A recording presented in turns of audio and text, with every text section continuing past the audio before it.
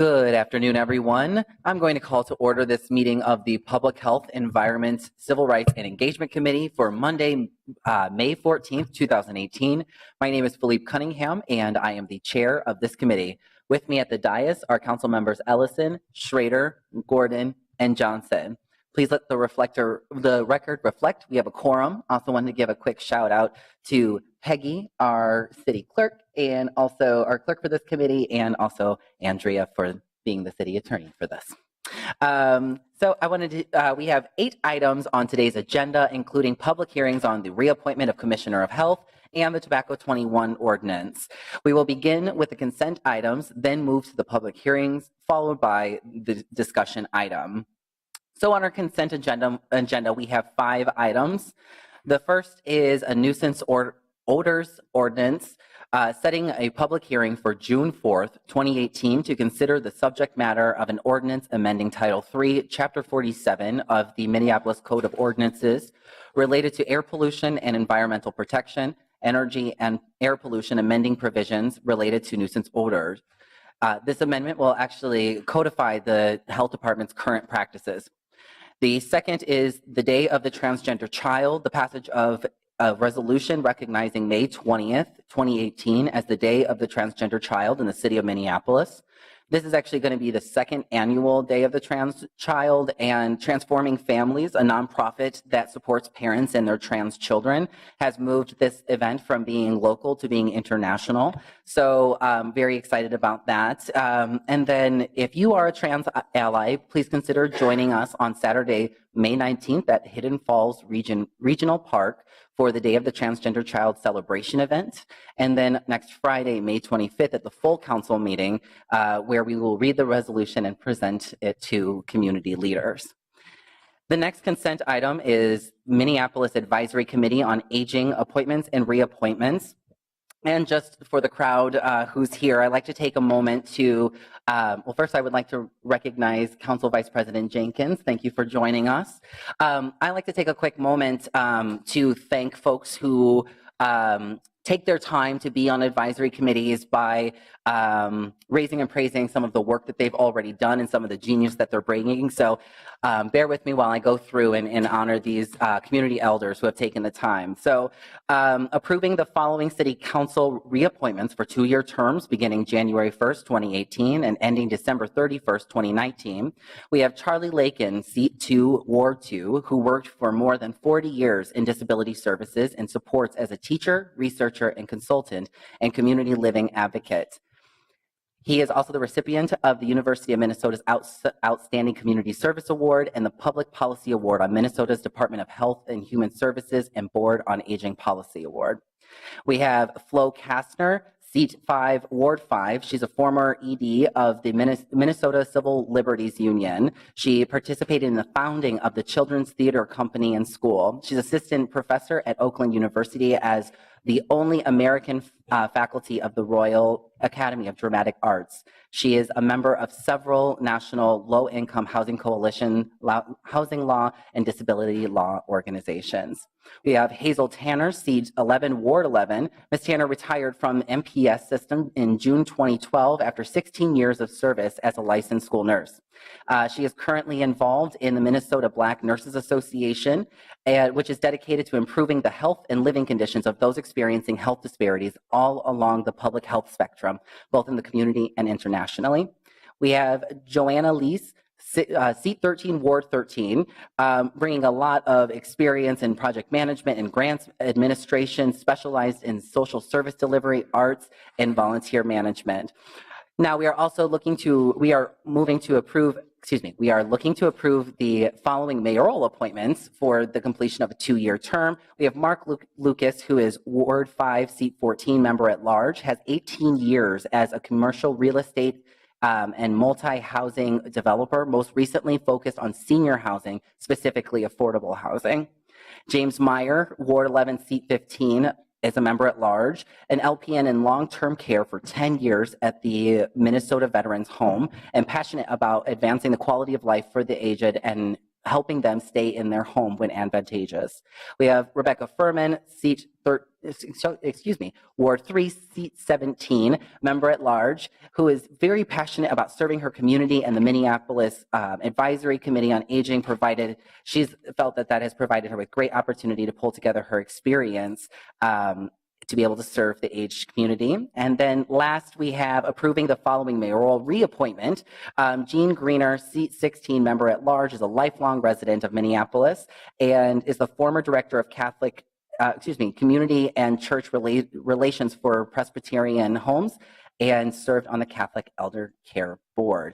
6, the next item that we have is the Public Health Advisory Committee reappointment, approving the council reappointment of Joseph DeSanclos, seat 19, member at large, for a 2-year term beginning January 1st, 2018, ending December 31st, 2019, and waiving the residency requirement. Unfortunately, I didn't get information about him before this meeting, but I would like to also thank him for his service.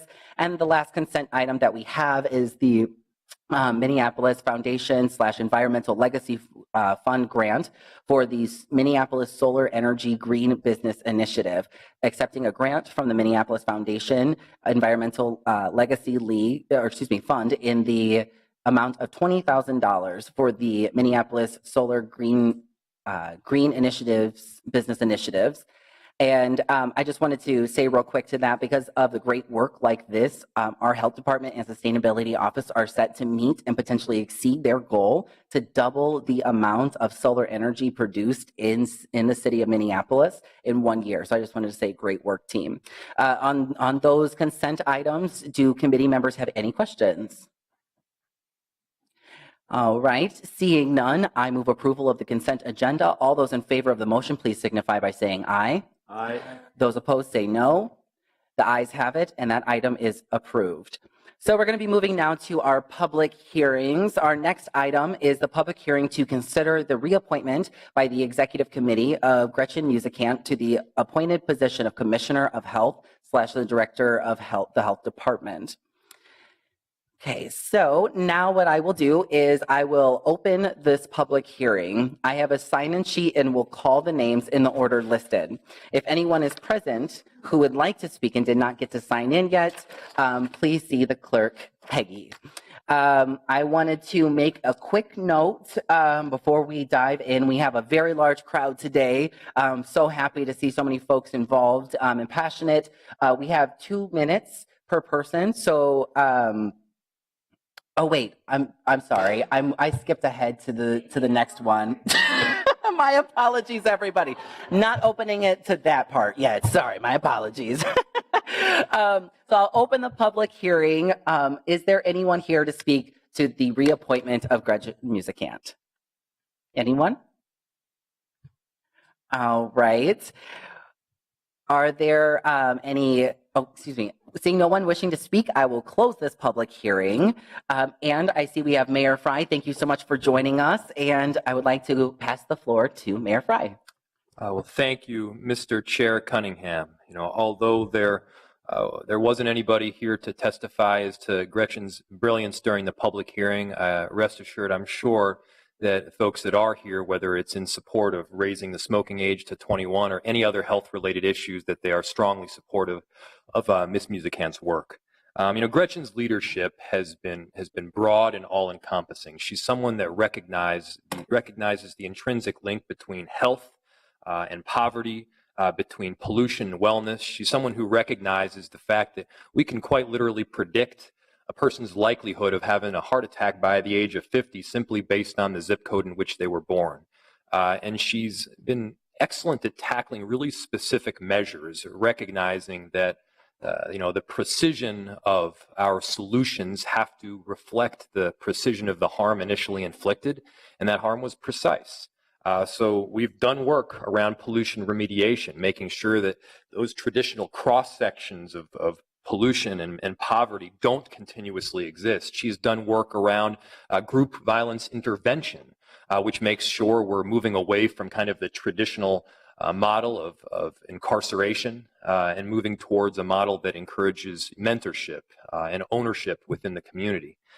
She's done work around Next Step next step, hospital-based intervention, which we found has gotten some really tremendous results. And I will say, and this is kind of an internal thing, but Gretchen also has produced a department that is brilliant at applying for and then ultimately receiving grants, both at the state as well as the federal level, as well as some from our nonprofit partners. And so this work does not go unnoticed. In fact, it should be noticed more.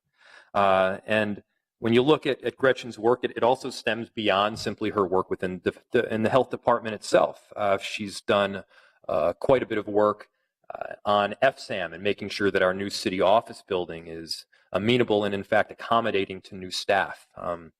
We need to make sure that we're retaining talent here in the city of Minneapolis. We need to make sure we're retaining women and communities of color in numbers that we're presently not doing.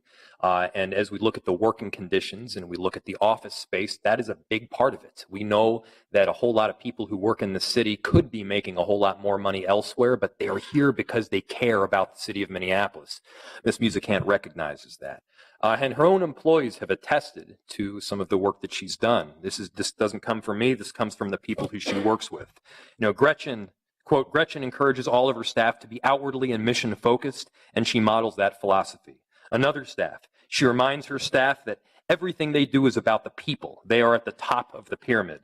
From another individual, she recognizes that no person holds all the answers, but together they just may. Final quote, Gretchen pushes the health department to rely on strong dialogue skills to listen, to incorporate community members' knowledge and viewpoints. And with all of those staff and employees from the city of Minneapolis, I most certainly agree, and I'm happy to put forward her name for reappointment. Thank you, Mr. Chair, and thank you, fellow council members. Thank you, Mr. Mayor. We have Council Vice President Jenkins. Thank you, Chair Cunningham. I'm going to speak in support of the reappointment of Ms. Musicant. My only regret is that I didn't get in queue before the mayor because he said many of the things that I wanted to say. But I will add that I believe Ms. Musicant acts from a place of compassion, and I think that is a really important value and attribute to bring to the work that she does. It's a very broadly based health department. And one of the things that I would note is that when we started the Transgender Equity Summit 5 years ago now, the health department was one of the first departments in the city to step forward and sponsor that event. And that was due certainly to Ms. Musicant's leadership. And so thank you so much. And I am very much in support of this reappointment. Thank you, Council Vice President. I have next in queue, Councilmember Gordon. Thank you very much, Mr. Chair. And I'm speaking in favor of this reappointment. I've been at City Hall now for a little while. And when I got here back in 2006, Gretchen was here with the health department, and since that time, she's been a fantastic partner. I've really appreciated the way Ms. Musicant is willing to solve problems, be open-minded and creative, and also let others shine with their passion and their power. In fact, I think one of the strategies that I've seen her use again and again is empowering others so that this good work can be done.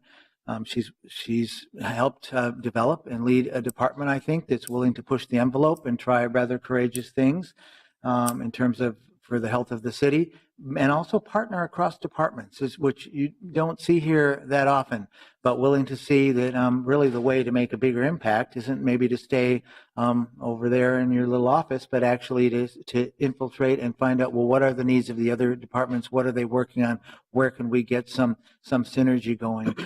We see this time and time again. We see enormous progress in terms of healthy foods, green business initiatives, in terms of clean air, working in those kind of regulatory realms, but also looking at public works and what can we do about public works in our streets and our sidewalks so that people can be healthier and they can walk more and they can bike more, and what does that mean, and even in terms of building design and all those other things. So I think it's been fantastic for me working, especially I think the last 4 years when I was chair of this committee, to have such a good partner heading up the health department, and I really appreciate that. And I'm delighted to see that you're up for reappointment again, and certainly be supporting you. Thank you, Councilmember Gordon. I'll go ahead and pass it over here now to Councilmember Johnson. Thank you, Mr. Chair. Gretchen Musicant's been a fantastic commissioner of our health department, and great to work with you. And it's been amazing to see all the work. It's such a broad body of work that touches our city in so many different ways, from lead inspection to gun violence to sexual health to air pollution. It's so broad, and it's so important in moving the dial on equity issues and advancing the health and happiness of residents across the city. And so I'm truly grateful for all the work that you and your department have done for our city, and I'm happy to support. And thank you, Mr. Mayor, for this appointment. Thank you, Councilmember Johnson. I'll jump in here now and also thank you, Mr. Mayor, for bringing this reappointment forward.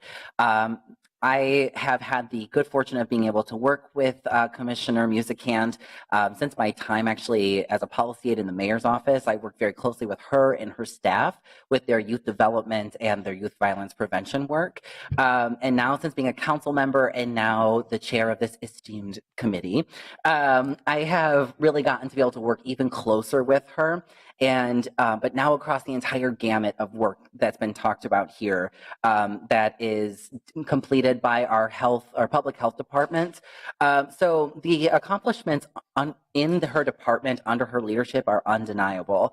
Millions of dollars every year in grants. The mayor mentioned group violence intervention. We actually have record numbers of guns being collected, and it's being done without shootouts being involved. Typically, in order to get guns, there has to be a shootout that happens, but because of group violence intervention, people are willingly turning their guns over. The Green Business Cost Share Program has been resoundingly successful in reducing tons of emissions and was recognized as a national best practice. And now it's grown actually into covering all property types, almost all property types in our city. So, and we also have national accreditation. We have had some great accomplishments under your leadership, and I'm grateful to see you here. She knows how to build a staff of brilliant people. She's receptive to feedback, new ideas.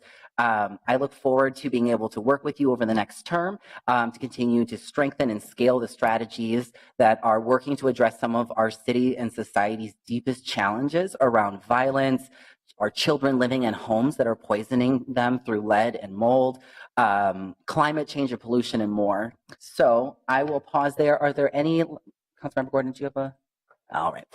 False alarm. All right, so seeing no further questions from my colleagues, I move the approval of the reappointment by the Executive Committee of Gretchen Musicant to the appointed position of Commissioner of Health / Director of Health Department for a 2-year term beginning January 2nd, 2018. All those in favor of the motion, please signify by saying aye. Aye. Those opposed say no. The ayes have it, and that item is carried. Congratulations, and thank you very much.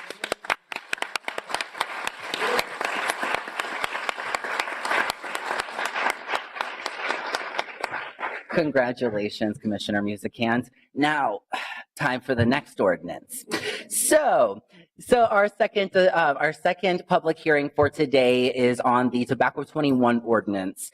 This is the passage of ordinance amending Title 13, Chapter 281 of the Minneapolis Code of Ordinances relating to licenses and business regulations, tobacco dealers, amending provisions to increase the minimum age for sales or provision of tobacco products from 18 to 21.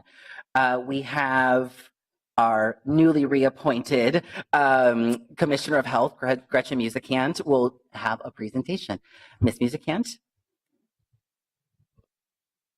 So first, thank you for all the comments and accolades and reflections. It's very humbling to hear that every once in a while.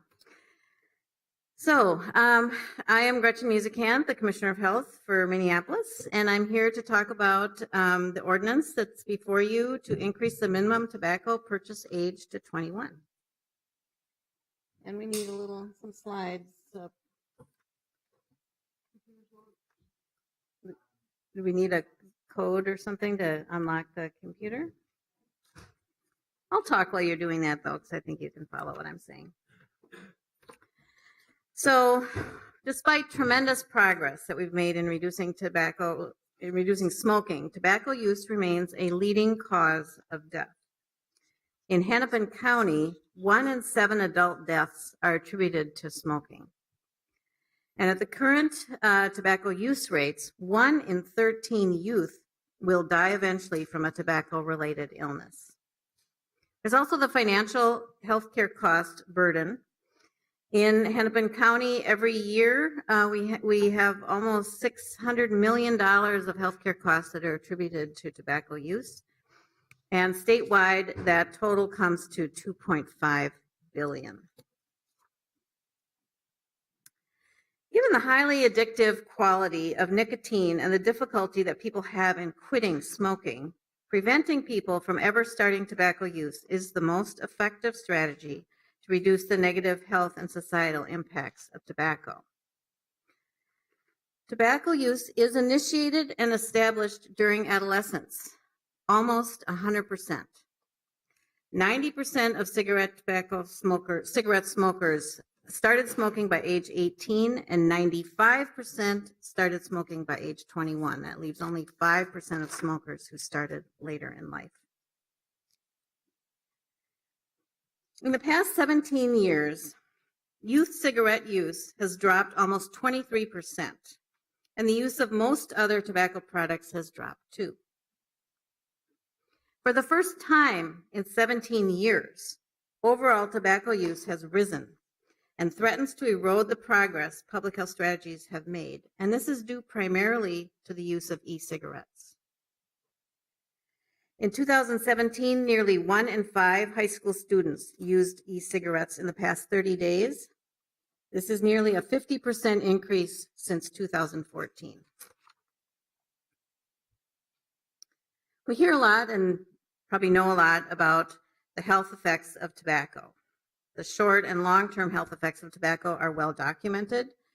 Tobacco use is associated with causes cancer, heart disease, and it exacerbates asthma and other conditions as well. Nicotine is the addictive component of the tobacco product. Nicotine is especially harmful to adolescent brain development because it disrupts key brain development functions, including behavior and motivation, mature cognitive and executive functioning, emotional regulation, working memory, and reward processing. E-cigarettes can be used as a nicotine delivery system, and carcinogen compounds have been found in e-liquid. This is a slide that shows you some of the products out there, which I probably don't pay attention to when I go somewhere. So these are not really marketed to adults, and we may not see them or recognize them. So the first image on the left-hand side, these are images of e-liquid, and they might look to you kind of like child-oriented candies or juices. The item in the middle is Juul, which is the #1 used e-cigarette product amongst youth. And I brought one of my jump drives here because it's really designed to look a lot like one of these. And then the product at the very right is a pen. It looks like a pen, but is an electric or an e-cigarette delivery device.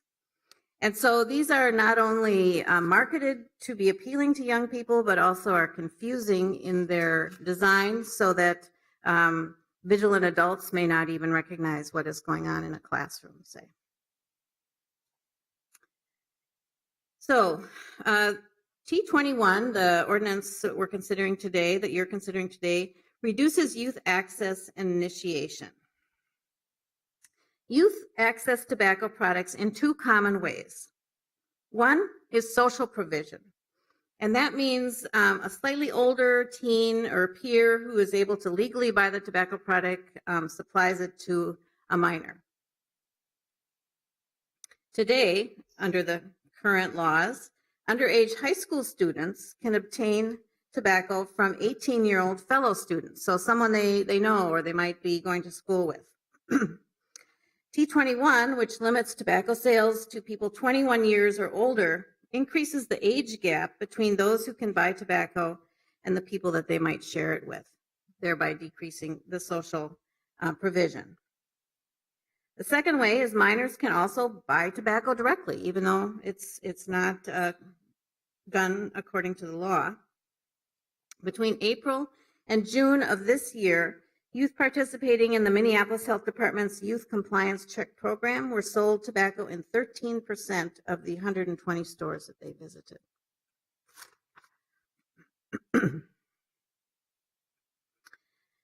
So there's some estimates of what the impact of passing such an ordinance will be. The National Academy of Medicine did some research, and based on that research, a statewide study estimated that if there were a statewide Tobacco 21 law, it could create 25% reduction in youth smoking amongst today's 15 to 17-year-olds, and that would equate to 30,000 fewer smokers over the next 15 years. In California, after they passed their Tobacco 21 and it went into effect, sales of to 15 and 16-year-olds dropped significantly, suggesting that the new age requirements encourage more checking of identification by retailers. An early evaluation of Chicago's Tobacco 21 ordinance suggests that Tobacco 21 was one factor that contributed to a drop in young adult smoking in that city, and by young adults we mean those 18 to 20. So let me talk a bit about the implications of this ordinance. This ordinance will restrict the sale and provision of all tobacco products to persons 21 years and older. It does not criminalize purchase, use, or possession of tobacco products for those under 21. As proposed today, the ordinance would go into effect August 1st of this year, 2018, and the enforcement would be the same as we have today, which includes an annual license inspection and then inspections based on complaints. The fines will also be the same as we have for other tobacco ordinances here in the city. In terms of getting the word out, the Health Department and Business Licensing will communicate the ordinance changes to our tobacco outlets and will provide signage assistance that could include window decals, counter signs, and posters. After passage of our menthol ordinance, staff was directed to look at ways that we can help stores continue to thrive and adapt to the changes in tobacco sales. And so the Health Department has been working with the Community Planning and Economic Development, their BTAP program, Business Technical Assistance Program, to conduct outreach to corner stores, conduct a convenience store assessment, and connect retailers with appropriate BTAP or business resources like Healthy Corner Store merchandising package, facade improvement loans. And so we have shared that information with retail outlets, and we will now be going door to door, in essence, with those retailers to do more intensive outreach. There was a notification letter that was sent out to retailers April 3rd about this proposed ordinance. To date, through emails, which are all filed with the Council Commons, in the Council Commons with the City Clerk, we have received 58 public comments. All but one are supportive of the ordinance and one is opposed. That's the end of my presentation, Mr. Chair. Thank you, Commissioner Musicant. Do I have any questions? Do the council members have any questions? All right. Thank you. Thank you so much. All right, now I will open the public hearing. I have a sign-in sheet, and I'll call the names in order as listed. If anyone is wishing to speak and has not yet signed up, please do so with our clerk, Peggy. So now for real this time. Okay, so now I just want to remind everybody that we have 2 minutes per person. Please we want to be respectful of folks' time. So ask for you to please, here is your lovely timer there. And additionally, currently we have 30 people who are signed up, and I'm sure that there will probably be some more. So what I will throw out there for folks is to, if you hear maybe like the third or fourth time of like a similar idea and you agree with it, maybe throw some snaps out there. And considering not taking the 2 minutes to reiterate that point again, just want to throw that out there for consideration. All right. Well, so now what I'm going to do is I'm going to start with the list here. We're going to be starting off with Laura Olivan. Please step forward, state your name and address for the record. Hi, my name is Laura Olivan. I'm the Minnesota Department of Health Tobacco Control Manager in St. Paul. I'd like to start by congratulating Commissioner Musicant and thanking her and her team's extraordinary leadership in the area of tobacco. So earlier this year, the Minnesota Department of Health released a youth tobacco survey showing Minnesota youth commercial tobacco use at 26%. It was rising for the first time in over 17 years. This is largely due to a rise in e-cigarette use at a 50% increase, which is now a whopping 19%. In contrast, our youth cigarette use is at an all-time low of 9%. In a new and troubling trend, over 20% of youth e-cig users have never before used a tobacco product. So the survey also revealed that 32% of underage high school students who use e-cigarettes got their cigarettes from a retail outlet. The most common retail outlet reported was vape shops at 18%. In response to data and the reports of widespread e-cig use in schools, we and the Department of Education recently sent a joint letter to over 1,000 school officials, warning them about the rapid expansion of e-cig use and providing them with new tools and resources. We consider the rapid growth and popularity of youth e-cig use as a serious public health problem. As highlighted in the Minnesota Department of Health Nicotine Health Advisory, no amount of nicotine is safe for youth. It has negative implications for learning, memory, attention, and future addiction. Recent evidence also suggests that youth who try e-cigarettes are more than 2 times more likely to start smoking in their future. So in summary, just when a smoke-free generation is within our reach, e-cigarette use threatens to reverse our hard-earned public health gains. Thank you. Thank you so much.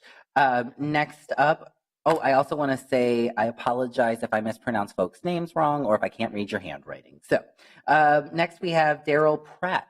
Please step to the podium, state your name and address for the record, please. Hi, I'm Darrell Pratt. I live in Ward 8. So, all right.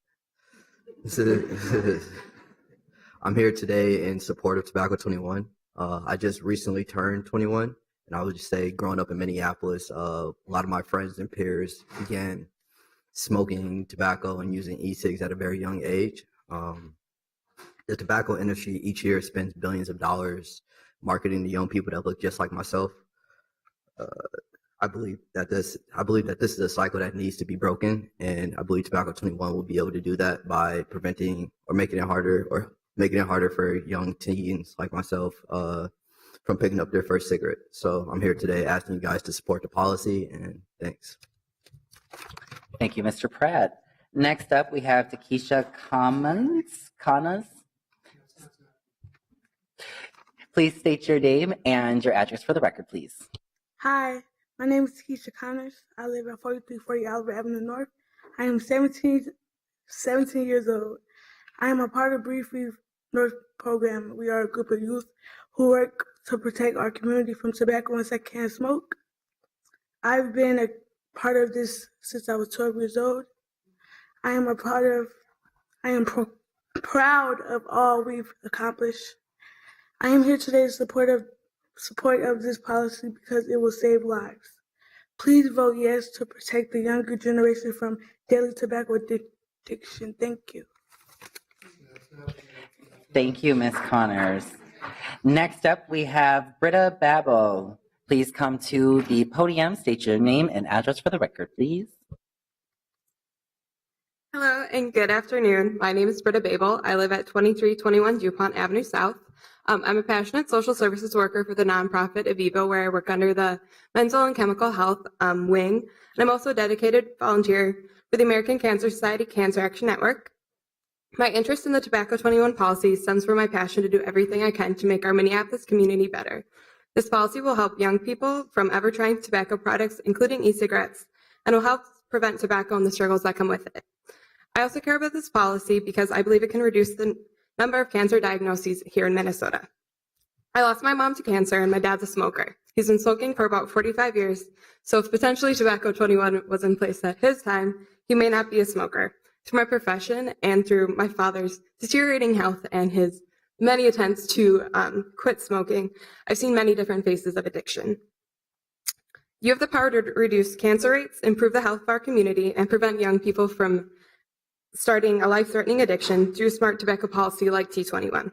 Minneapolis has a choice. We can lead the way toward a tobacco-free future and join other cities who have put the health of our communities and young people first. Let's improve the quality of life for our Minneapolis residents for years to come. Please vote yes on this ordinance. Thank you. Thank you, Ms. Babel. Next up, we have Camille San Juan. If you will please come to the podium, state your name and address. Thank you. Hello, Chair Cunningham and council members. My name is Camille San Juan, and I live at 900 Washington Avenue Southeast. I'm a Capital Pathways intern, and it's through Clearway, Minnesota, and I, like many others, support Tobacco 21. So to speak a little bit about myself and the Capital Pathways internship that I'm in, it is a program hosted by the Citizens League, and its aim is to provide college students of color and Indigenous students an opportunity to gain exposure to various careers in policy.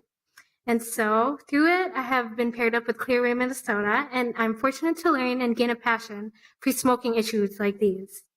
This Tobacco 21 proposal is meant to protect youth and from easy access to tobacco products.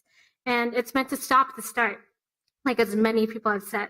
And so as a college student, looking back to my middle school self, I definitely saw easy access to people who were 18 or so.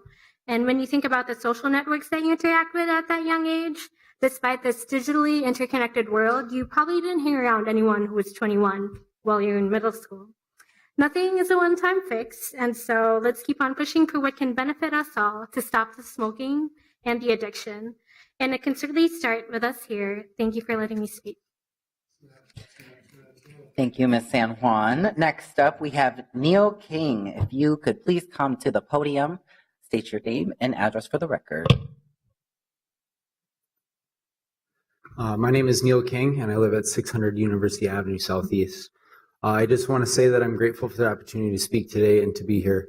I quit smoking cigarettes when I was 20 years old. So I want to speak about my experience with addiction. I started using drugs and alcohol when I was 15 years old.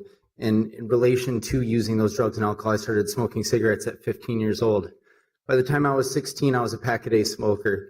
And through my experience in finding recovery from drugs and alcohol, I was also able to quit smoking by using by using electronic cigarettes.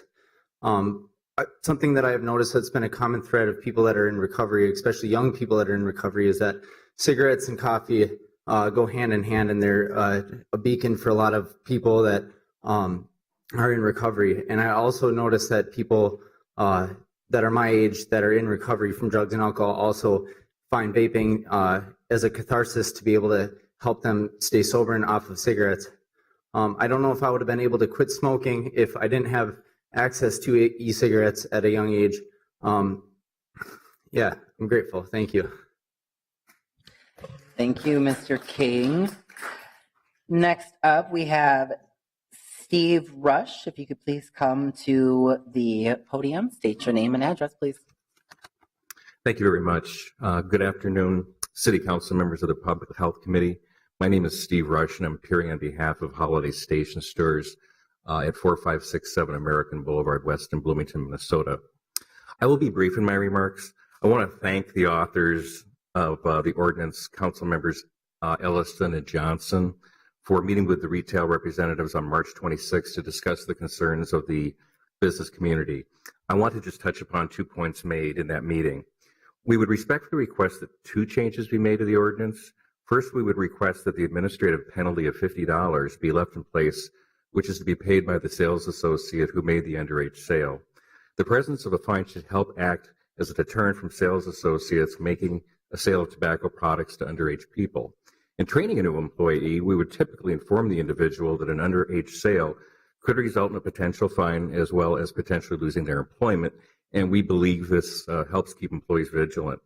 Also, in hiring new sales associates, we would typically inquire about violations of law and conduct a background check. If there is no record of a violation under the ordinance, we can't properly assess the candidate.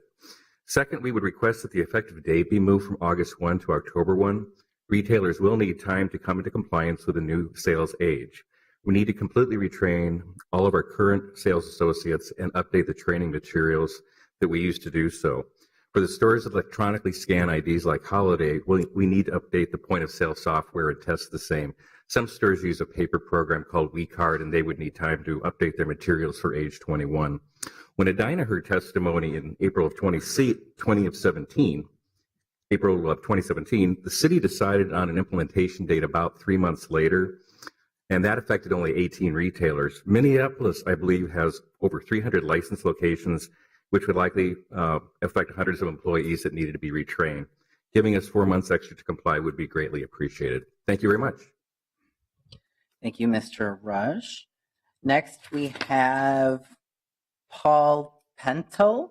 If you will please come to the podium, state your name and address for the record, please. Paul Pentel, 225 Upton Avenue South.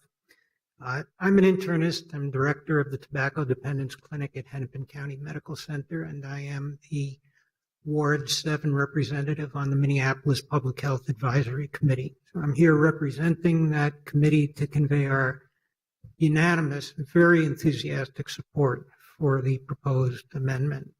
The scientific basis for this was already set out very nicely by Commissioner Musican. I just want to emphasize 2 points that really stood out for us. And the first was the impact and the reach of what's being proposed. You know, we heard that with Minneapolis joining surrounding communities enacting T21, that this is expected to prevent 30,000 adolescents from becoming smokers over the next 15 years. That's a huge impact for a very simple intervention. Second, we were pleased to see that the proposed amendment applies to all tobacco products, including e-cigarettes. The committee was very concerned about what really, I think, is an underappreciated risk that nicotine can cause long-lasting changes in the adolescent brain and predispose to a variety of behavioral disorders. We also noted that the evidence that supports this is growing rapidly, and it's really quite compelling. E-cigarettes can deliver as much or more nicotine than cigarettes, so it's really critically important that all tobacco products are included in this amendment. And finally, just on a larger note, we kind of appreciate that the burden of public health is increasingly falling on local government. And we're just delighted that Minneapolis has established a very strong track record in tobacco control, and T21 is a great way to build on this. Thank you. Thank you, Mr. Pentel. Next up, we have Elizabeth Johnson. If you could please come to the podium, state your name and address for the record, please.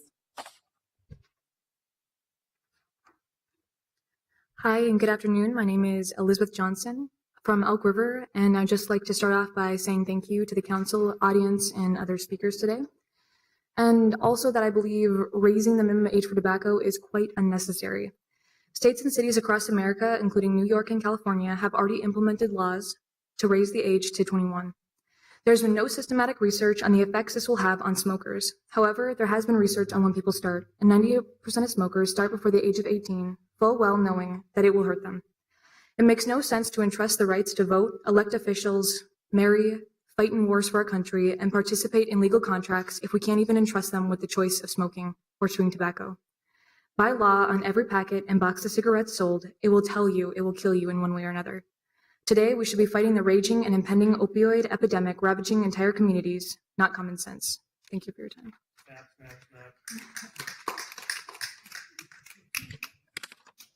All right, thank you, Ms. Johnson. Next up, we have Michael Johnson. If you could please come to the podium. State your name and address. Hi, my name is Michael Johnson. I too am from Elk River, but a lot of the philosophies in Minneapolis tend to work their way throughout the state. So I figure this is ground zero, and this is where I'd like to make a stand, if you will. The first thing I'd like to say is I believe this is generally a low-hanging fruit issue. I don't view this as some sort of accomplishment. This is more of a bullet point for elections. Tobacco is not a boogeyman. Whenever I returned from overseas, whether it be Korea or Iraq, I would smoke a cigar to celebrate.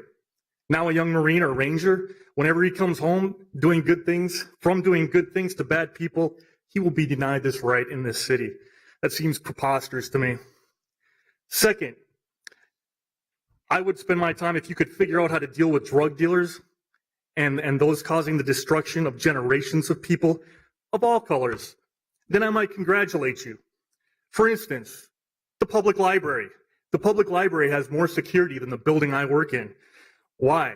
It's because when I walk out the front of the public library, it smells like Oktoberfest for dope smokers and drug dealers. That's something that I'd like to see fixed far more soon than dealing with convenience store owners. But the last point I'd like to make is this is not the end of tobacco. This is just the start. The next T-shirt probably will have something to do with diabetes and the effects of the evils of sugar and how we shouldn't be selling Coke or this or that. So I would just say stay out of businesses, let people make choices. And if we don't want 18, 19, and 20-year-olds to make choices, then give them some milk and cookies and burp them. All right, thank you, Mr. Johnson. Next up, we have Onika Ward. If you could please come to the podium and state your name and address for the record, that'd be appreciated.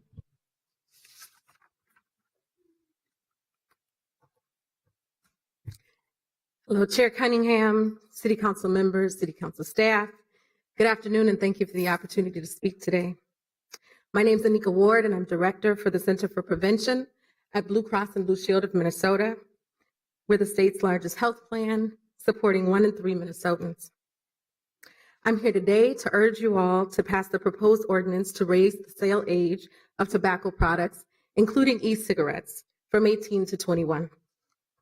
In 2017, Blue Cross released a report showing that every year it costs Minnesotans $3.2 billion to treat diseases caused by smoking.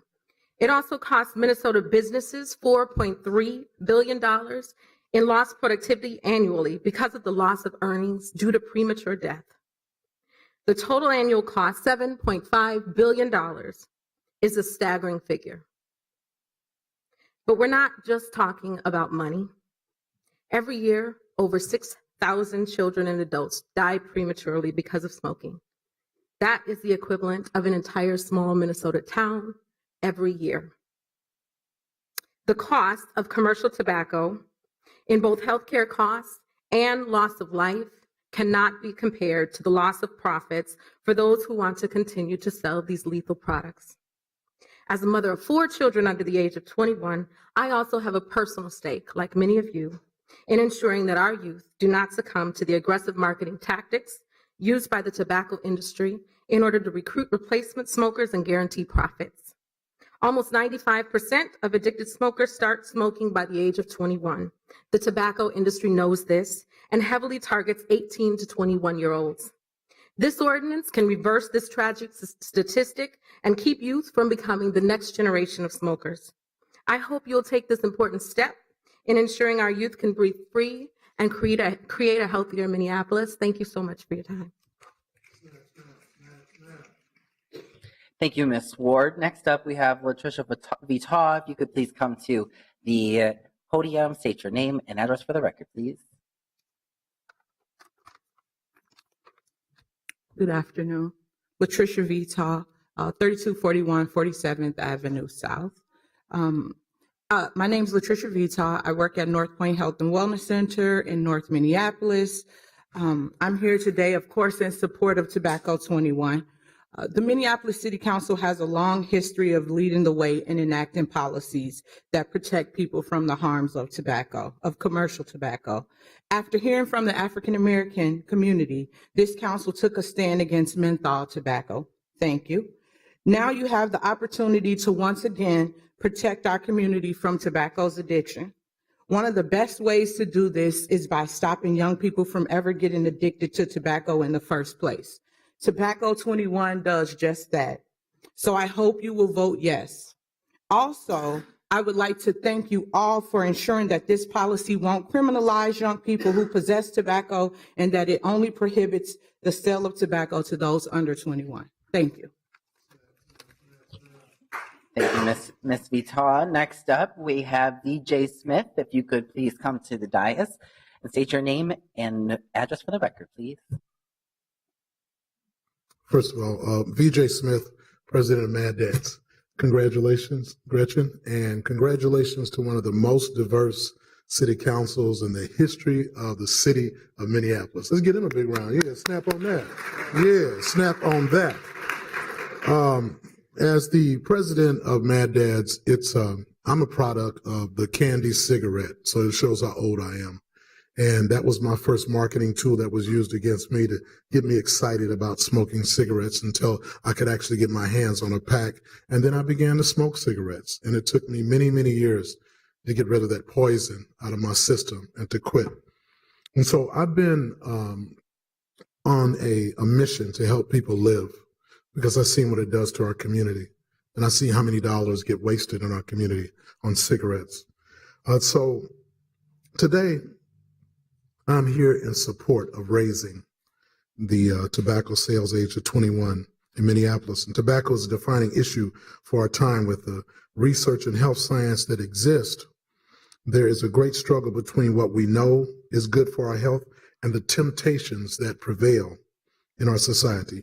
And we see this ethical and spiritual struggle in congregations all over the world. And as a leader in community and a member of the faith community, I urge you to support this ordinance because it makes sense. And what do we have to lose? Nothing. But what do we have to gain? A lot. And what we have to gain is the availability of our kids to live longer, to be stronger, to be more supportive. So I know that it's a profit. If it wasn't for profit, nobody would be against this. But I'm saying, at what point are these lives more valuable than the profit of a cigarette? Thank you. Thank you, Mr. Smith. Next up, we have Hassan Warsame. If you could please come to the podium and state your name and address for the record, please. Mr. Chair, how are you doing today? Today, I'm here to, once again, in the middle of 2 years, to see if my business can survive based on the, law that you're enforcing. I'm not defending tobacco. I'm not against it. But I know no one here even can stop who want to smoke. No one. You can say whatever you name it. You can call it any name you want, what time you started. Tobacco is not a good thing to defend, honestly, but it's business. Our business, they rely on it. And age-wise, 21 to 18, not much different. But I will say we need time to prepare, at least to educate our workers, to consider when we will start and how changes we can make. We know our business will suffer. We already feel that we're going to suffer soon because when mental tobacco take place on 21st August 1st, we're going to lose half of our business already based on our customer. And unfortunately, the tobacco, still somebody else next door will be still selling tobacco, mental tobacco. anybody else, my neighbor, I would have a liquor store next to tobacco store next to, they'll be selling. Tobacco is still there. So there's nothing different than you made it. Again, today you were 21 years, 21 of age. Well, I have seen the people 15, 10, I'm 15, 16, 17, 18 smoking. Didn't buy from me. Their friends give to him. And they still continue to happen. They still continue to do that. If I forget my address and where I'm working, I come from 2000 3rd Avenue South at the BB on 3rd. And I really appreciate if you can consider this and give us time to get ready for it. Thank you, Mr. Warsame. Next up, we have Angie Griffith. If you could please come to the podium, state your name and address for the record, that'd be much appreciated. Hello, my name's Angie Griffith, and I am co-owner of Smokeless at 514 East Hennepin Avenue. I'm standing here today to plead that you separate vapor products from tobacco products for your T21 legislation for the sake of public health. While it's true that I do expect a 15 to 20% loss in revenue at my store, and I can say that because I have another store in Bloomington who has already passed this measure, the bigger reason for my plea is the confusing message that it will send to the public about vapor products. Having established my business in 2009 with a kiosk in the Burnsville Center, tobacco regulation and legislation is not new to me.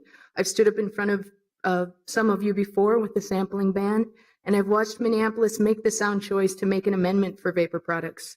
We've learned a lot about the science and trends of vaping since then. In the UK, the Royal College of Physicians has since seen the potential of vapor products for harm reduction, as their research has shown it to be 95% safer than combustible tobacco. While nicotine is not a carcinogen itself, e-cigarettes have carried the stigma of cigarettes in this country. By legislating harm reduction products the same way as tobacco, you send a very confusing message to the public. For those who have smoked and since switched to vapor products but are not yet 21, you're taking away access of their harm reduction tools and in essence, punishing them for making a better choice. Vaping has improved the lives of many Minneapolis residents. Last October, there was research published from Georgetown and Yale University regarding the potential for electronic cigarettes in regard to harm reduction. For the study, a team of 10 investigators looked at such variables as harm from e-cigarettes and amount of youth uptake and the rate of cessation, among others. 2 projections were described, one optimistic and one pessimistic. The pessimistic scenario found 1.6 million of these former smokers will have a combined 20.8 million years more of life, while the optimistic scenario calculated 6.6 million nicotine users who switch from cigarettes to e-cigarettes will live 86.7 more life years. In addition, there'd be tremendous health benefits. My time's up, but you see where I'm going, and I've also emailed you all of this research, so thank you for your consideration. Thank you very much. Next up, we have Khalid Hadan. If you could please come to Khalid Hadan. Oh, there we are. If you could please come to the podium, state your name and address for the record, please. I'm Khalid Haidari. I have a convenience store, corner store on 52nd and Bryant Avenue North, your neighborhood. Nice to meet you finally. Thanks for the opportunity. I was here once before when we were discussing the menthol cigarettes, and I posed that because this is like another nail in our business coffin. 80% of our sales of cigarettes, it was menthol, so that's going to destroy our store. Raising the age in here, another nail, And I said before, I was born in a country, up till now they don't have age for smoking.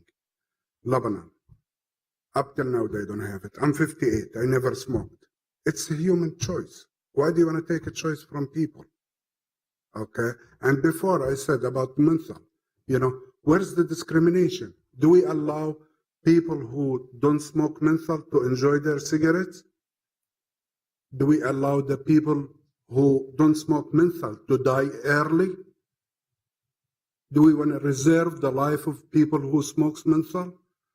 So if you want to raise up the cigarettes age, the smoking age, why don't you let the people go back and smoke menthol? If the state of Minnesota is going to go allow marijuana to be sold legally, why we're not allowing menthol smokers to smoke?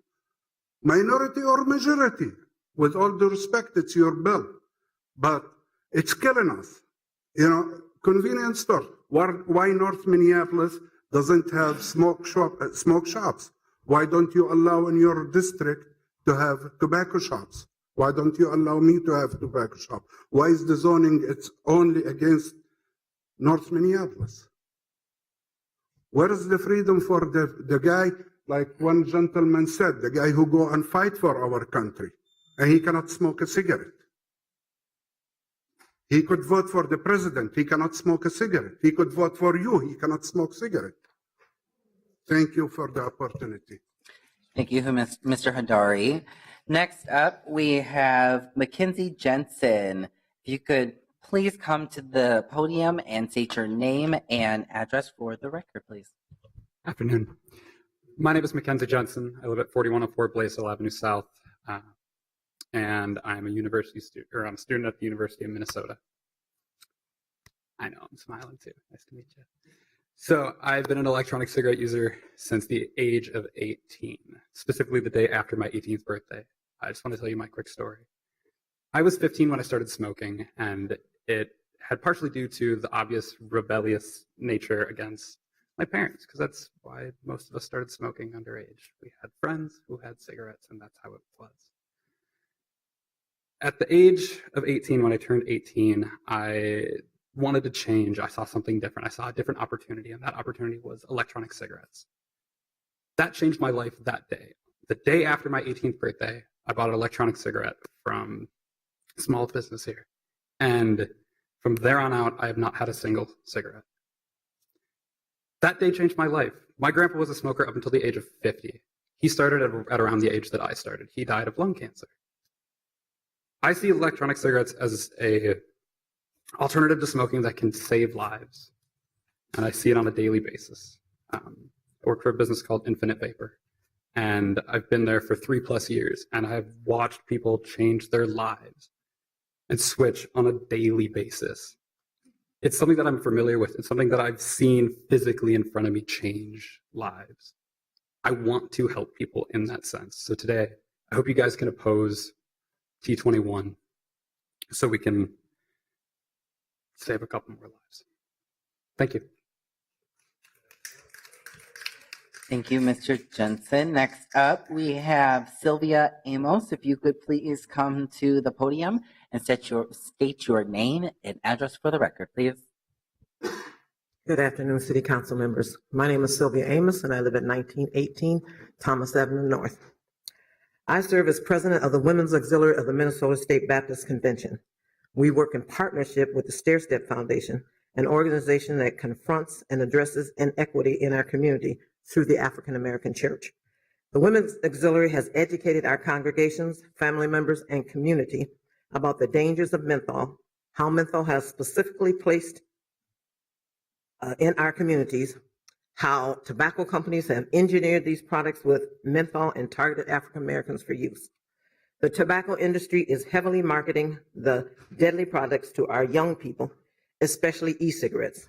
They need to place those who have died from smoking.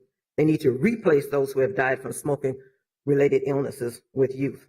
The faith community has spent too much time burying mothers, fathers, sisters, and brothers who died because they became addicted when they were young.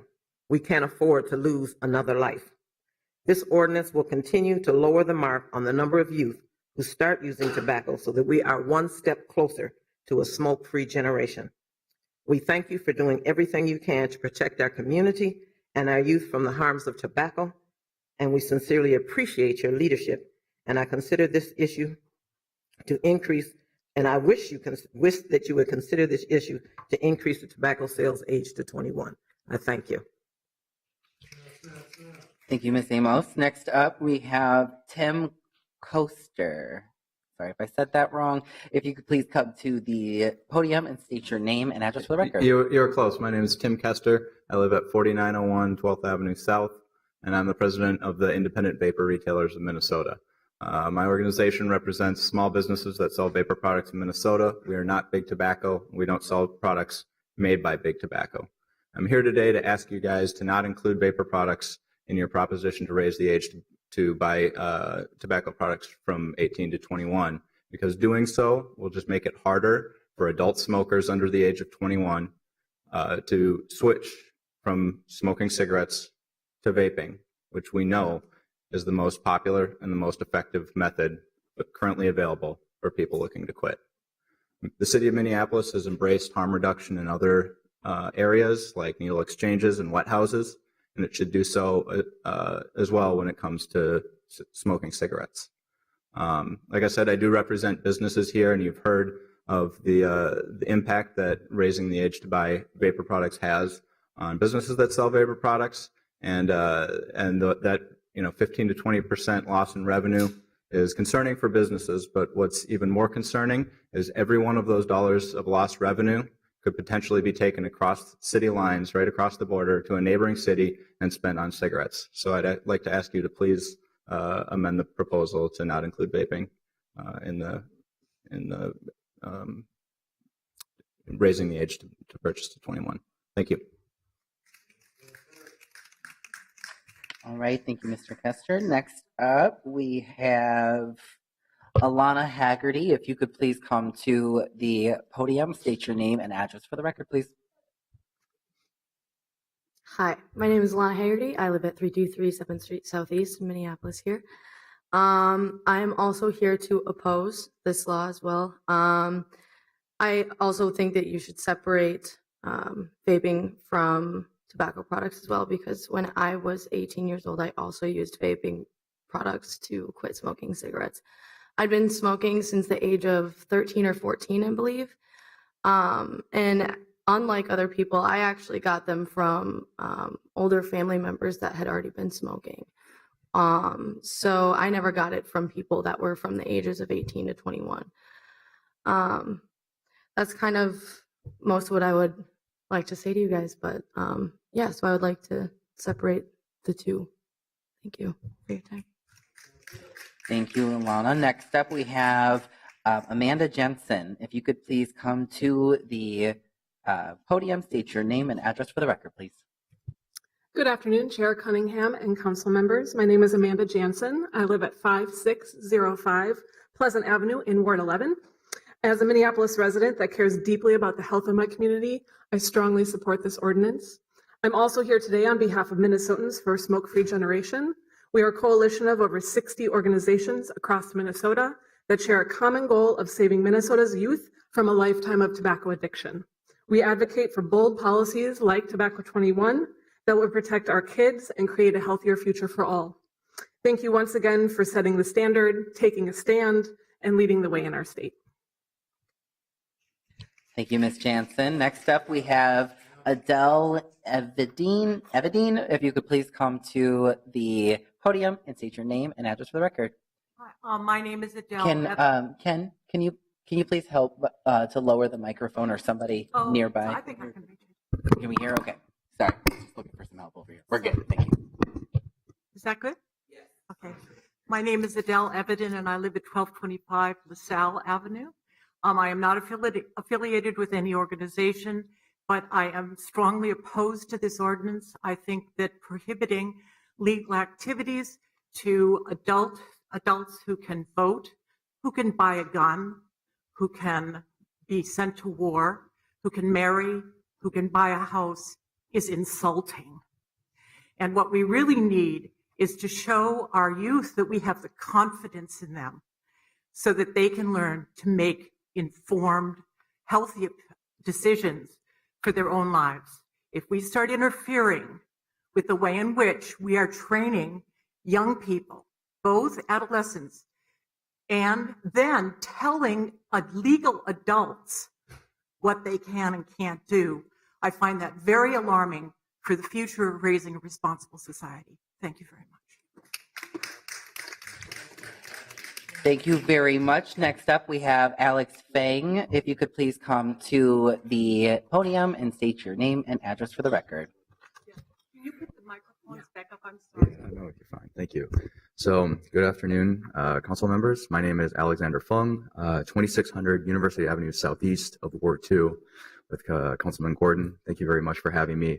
I'm a newly minted physician from the University of Minnesota, longtime Minneapolis resident, forever Minnesotan, hoping to actually practice here in support, strong support for Tobacco 21, including all tobacco products, including e-cigarettes. So as a physician, I'm all too familiar with the deadly impact of commercial tobacco use. Lung cancer is just one of the many ways tobacco kills its users. Tobacco also kills by causing strokes, heart attacks, and cancers throughout the whole body, including the kidneys and stomach. And even if a smoker is lucky enough to not develop a disease caused by tobacco, smoking makes chronic conditions like asthma and diabetes worse. While physicians can work to treat these conditions, you have the power to prevent them. Tobacco 21 will save lives by preventing youth from beginning to use tobacco products in the first place. On behalf of the medical community, I urge you to pass this policy. Thank you.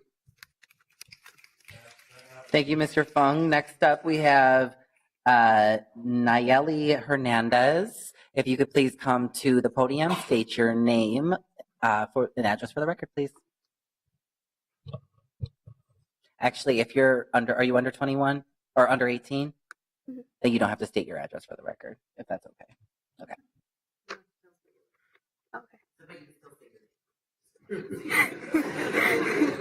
All right. Good afternoon. My name is Nayeli Hernandez Limas. I am a 10th grader at Patrick Henry High School. 3 things I am passionate about is my family, art, and my education. One thing that I bring to the table that adults may not is my creativity. I have been involved with the Minneapolis Youth Congress for almost a year. As part of the Minneapolis Youth Congress, strongly believes that no decision about youth should be made without youth. Tobacco 21 involves youth because 90% of tobacco users start before the age of 18. As youth, we should be focusing on our health, education, dreams, and aspirations. However, due to the stress we are under and the tobacco industry's strong marketing to us, many of my peers have begun to use tobacco. We all know that there are health risks caused by the use of tobacco. Some examples are strokes, heart attacks, and several types of cancer. We also need to pay attention to how nicotine affects brain development, especially due to the vulnerable brain development that occurs during the teenage years. It disturbs me to hear my peers talking about buying tobacco products and using them.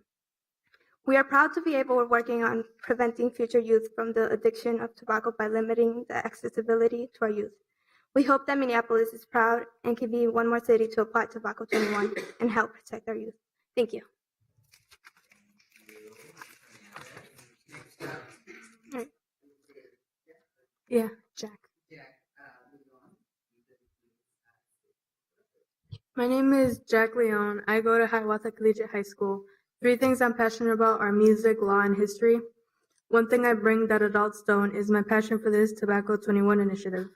I am part of the health committee at NYC, and today I have come to talk to you about the results we have gotten from our T21 survey. We surveyed people who are current tobacco users, and so far we have 51 responses about their tobacco use, and here are the results so far. 78% who responded were ages 18 and under, 22% were 19 and older. In terms of ethnicity, 14% were African American, 27% were Latinx, and 47% were Caucasian. When asked who exposed them to tobacco, most said family and friends. This survey revealed that the age of first use among those surveyed was 32% for ages 12 to 14, 45% for ages 14 to 16, and 18% for ages 16 to 18. The types of tobacco being used are 40% cigarettes, while 53% are using e-cigarettes. 39% said they purchased their tobacco in stores, while 34% said they received their tobacco from those who are 18 years old and younger. And 7% said they received their tobacco from 19 and older peers.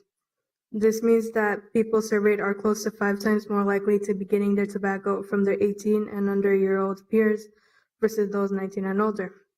This result alone shows the importance of raising the purchasing age of tobacco from 18 to 21. Also, when we asked if our peers have tried to quit using tobacco, 22 said no, with some claiming they were too addicted already. We also found that 77% of people asked were in support of T21. Thank you for listening, and I hope you will pass T-Tobacco 21.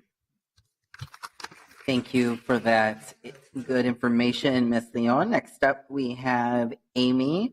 And Amy, can you please state your first and last name for the record? Yeah, no problem. My name is Amy Mesquidita Perez. I'm a senior at Washburn High School.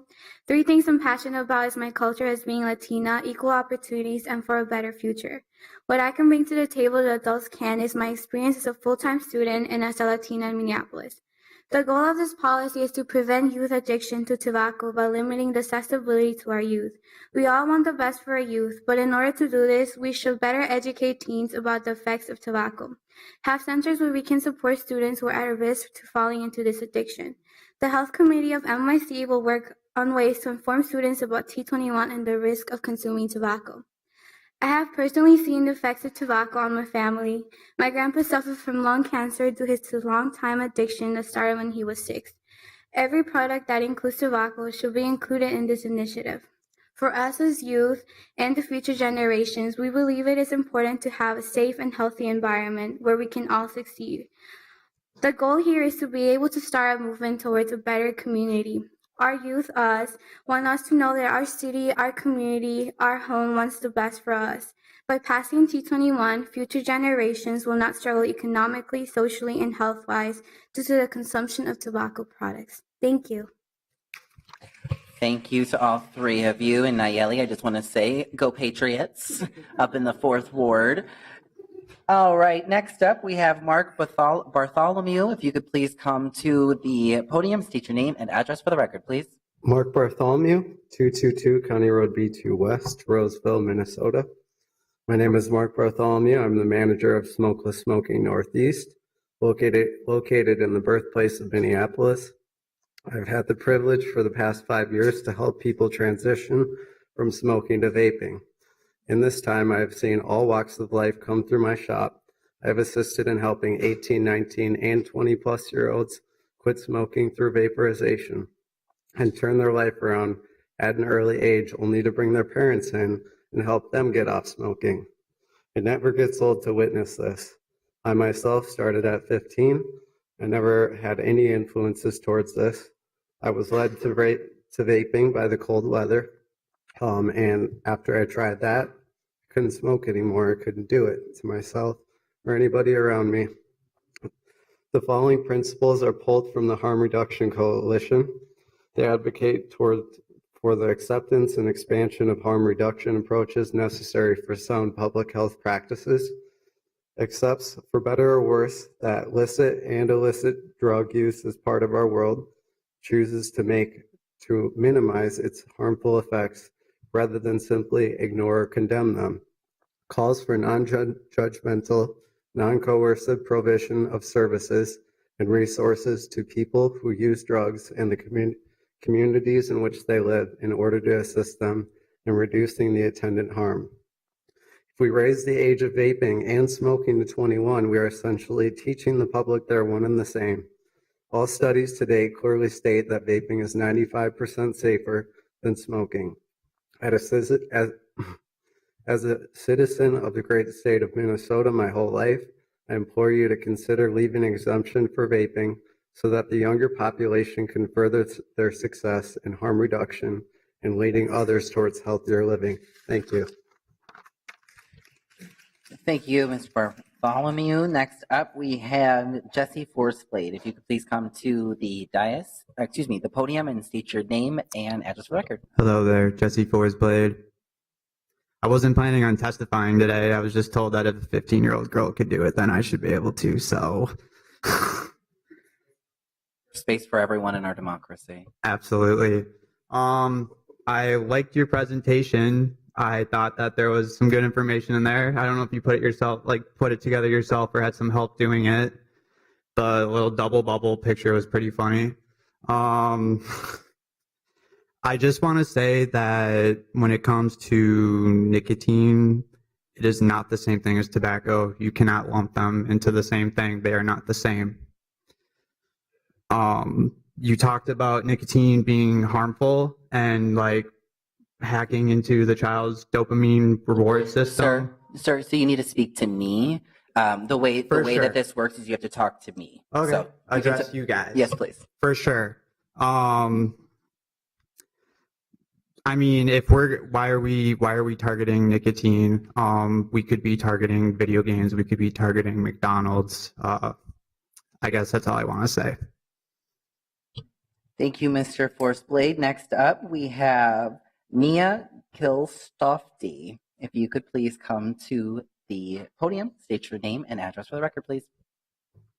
Hello, my name is Nia Kilsoft, 614 Delaware Street, Southeast. I just finished my freshman year at the University of Minnesota, so I'm very proud of that one. And as a high school senior, I became involved in advocating for tobacco prevention policies because my peers use vaping devices and e-cigarettes at alarmingly high rates. On my college campus, it's the same story. I see these products everywhere. Students are being manipulated by tobacco companies through social media and appealing packaging that disguises the ugly truth and dangers behind the product. The tobacco industry is clever. As you can see, vaping devices, here I have a Juul, can even be mistaken for a flash drive, like what was presented earlier. This is another example. This is a vaping sweatshirt. Nobody knows. If you didn't know what this was, it'd be really hard to tell that this was used for vaping.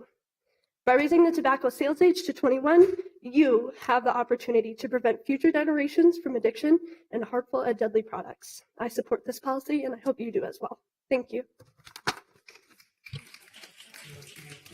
Thank you, Ms. Kilsoft. Next up, we have William Bouldernow. If you could please come to the podium and state your name and address for the record, please.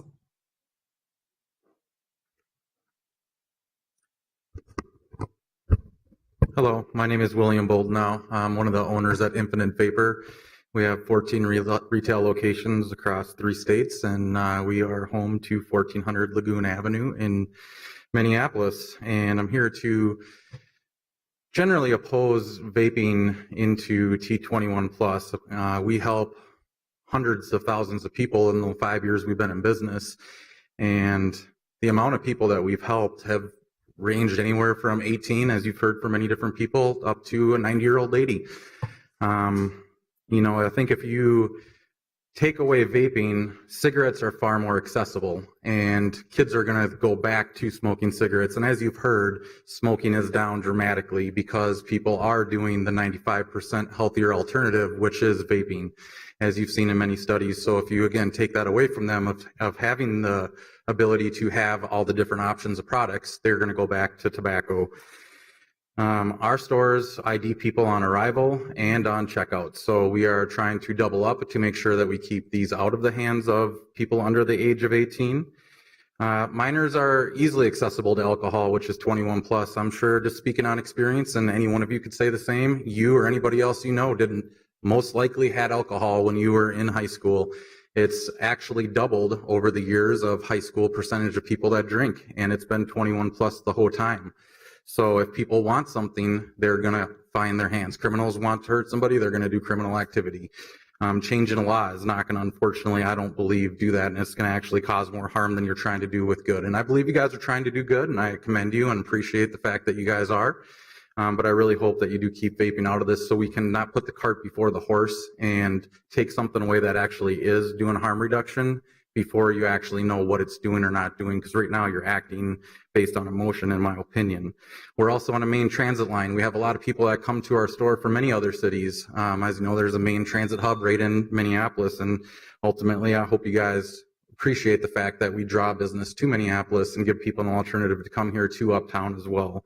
And lastly, if you could start to wrap up your thoughts, please. Yep. Flavors, just like any of us, help people quit smoking because ultimately it tastes a lot better than cigarettes. You like candy, you like ice cream, maybe the case, but ultimately it's not only for kids, it's to help everybody. Thank you guys for your time, and I hope you make the right decision. Thank you, Mr. Bowler. Now, next up we have Cap O'Rourke. If you could please come to the podium, state your name and address for the record, please. Thank you, Mr. Chair and members. My name is Cap O'Rourke. I'm a resident of 5816 10th Avenue South in Minneapolis, Ward 12. Ward 11, sorry. I used to be Ward 12. That was mine. I'm here on behalf of IVRM, the Retail Association of Vapors in Minnesota.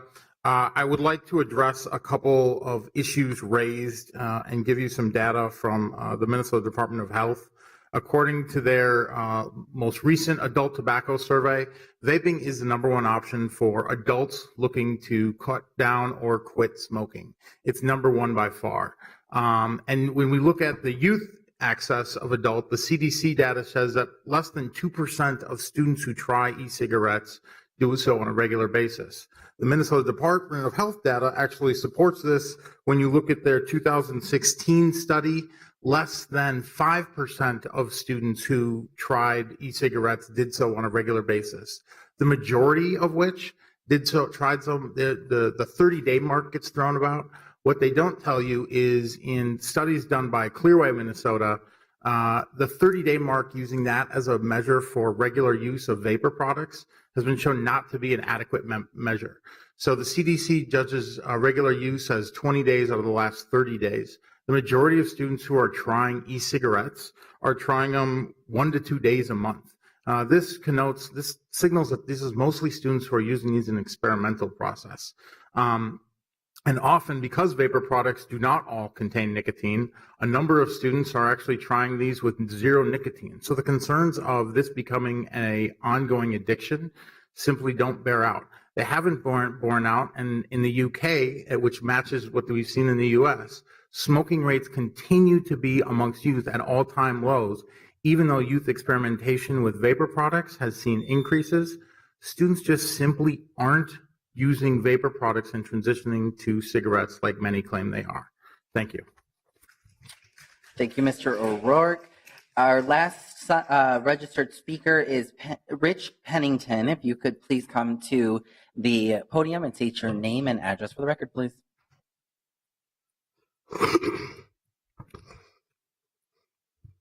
First off, good afternoon, council members, and thank you for the opportunity to speak today. My name is Rich Pennington. I am at 882 Armstrong West, but I'm here to speak on behalf of the youth we serve for the Kitty Anderson Youth Science Center.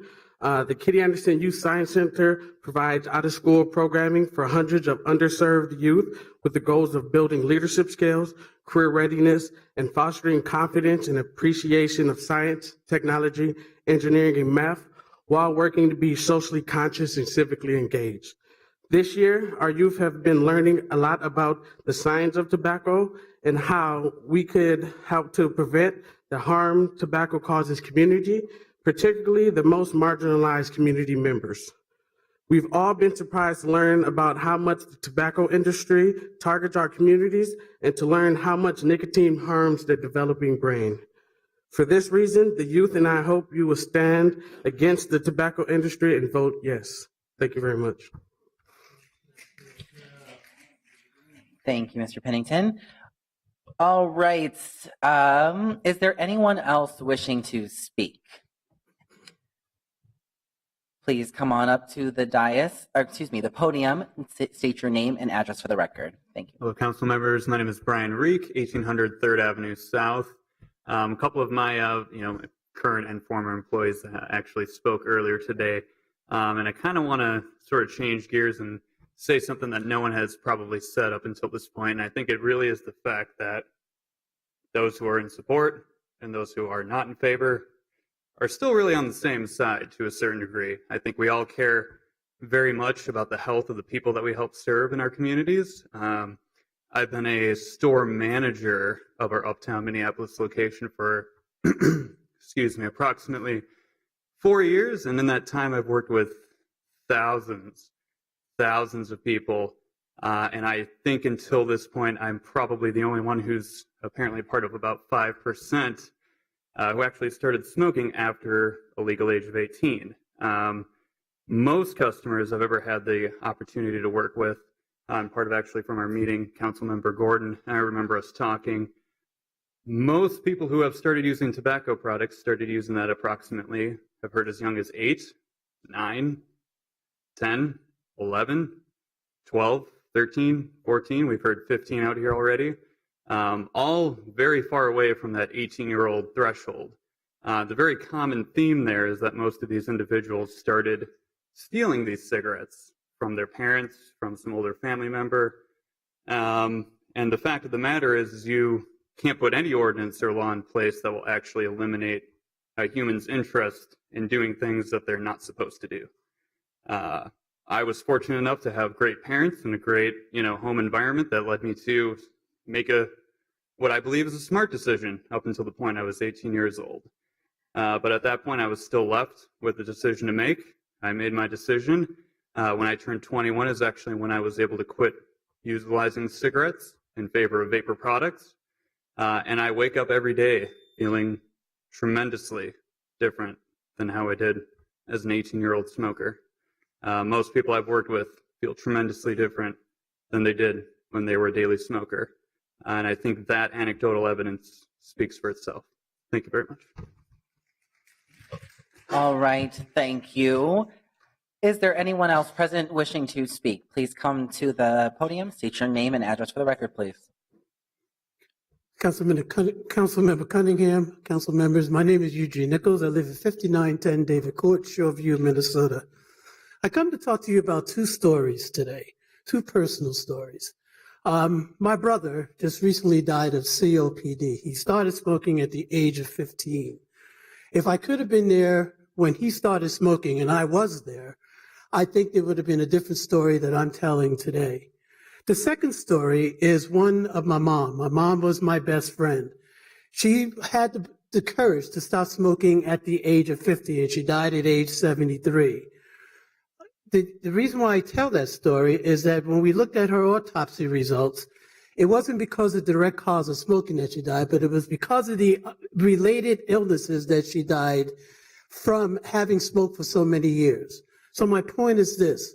We need to take it out of the hands of young people. I think the ordinance that you're looking at will help prevent what I've gone through in my personal life with my brother, my mother, and my grandfather. Thank you for listening to me. Thank you very much. Is there anyone else present who would like to speak? Please come to the podium and state your name and address for the record. Hi, my name is Michael Nguyen. I am the current manager for Infinite Vapor in Uptown. I'm here today to oppose the T21 ordinance. I've been working for Infinite Vapor for about 4 years now. And I can, from my experience, and I used to be a smoker too, working with a lot of customers, quitting smoking is hard. I see a lot of young people here that are opposed to smoking, and that's great. I'm proud of them, but they probably have never ever used a cigarette before, so they don't know how hard it is to quit smoking. And vapor product is the most effective method out there to quit smoking. And even if you get your hand on a vapor product, it's not that easy to quit either. Everybody is different. When they come into the shop, we advise them on what device to use, depending on their preference. And without that kind of education, it's not going to work very well for them. If you raise the tobacco age from 18 to 21, the smokers between 18 to 21 will resort to buying them online, getting it from their friends, or the easiest and cheapest method would be to get the cigarettes, bum it off from somebody else, buy a Lucy somewhere, and they won't have the chance to switch to vaping. And I think that is a tragedy. All in all, I ask you that please remove vaping from the T21 ordinance. Thank you very much. Thank you, Mr. Nguyen. Is there anyone else present who would like to speak? Anyone?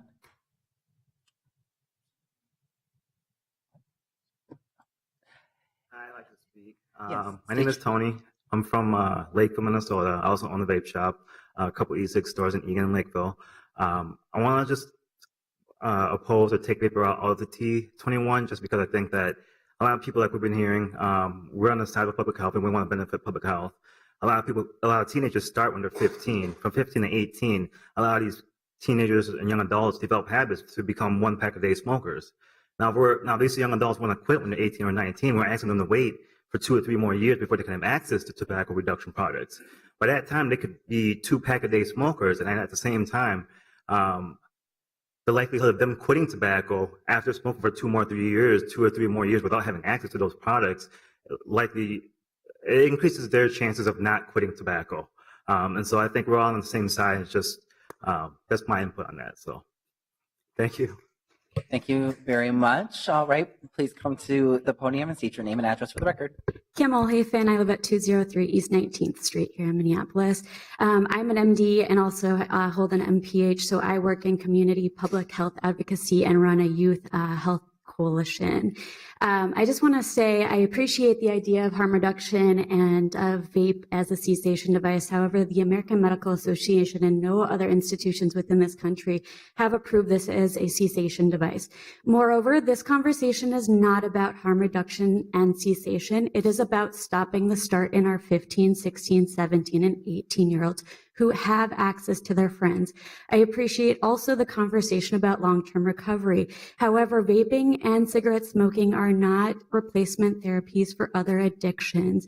We know nicotine is one of the strongest drugs. I am an individual living in long-term recovery, and I will be the first to say I do not advocate for this. I think T21 is a great way for Minneapolis to step forward, like some of our other capitals in the country. So I just really hope you guys lead the forefront. We have a great state, and this is just another way to help our youth.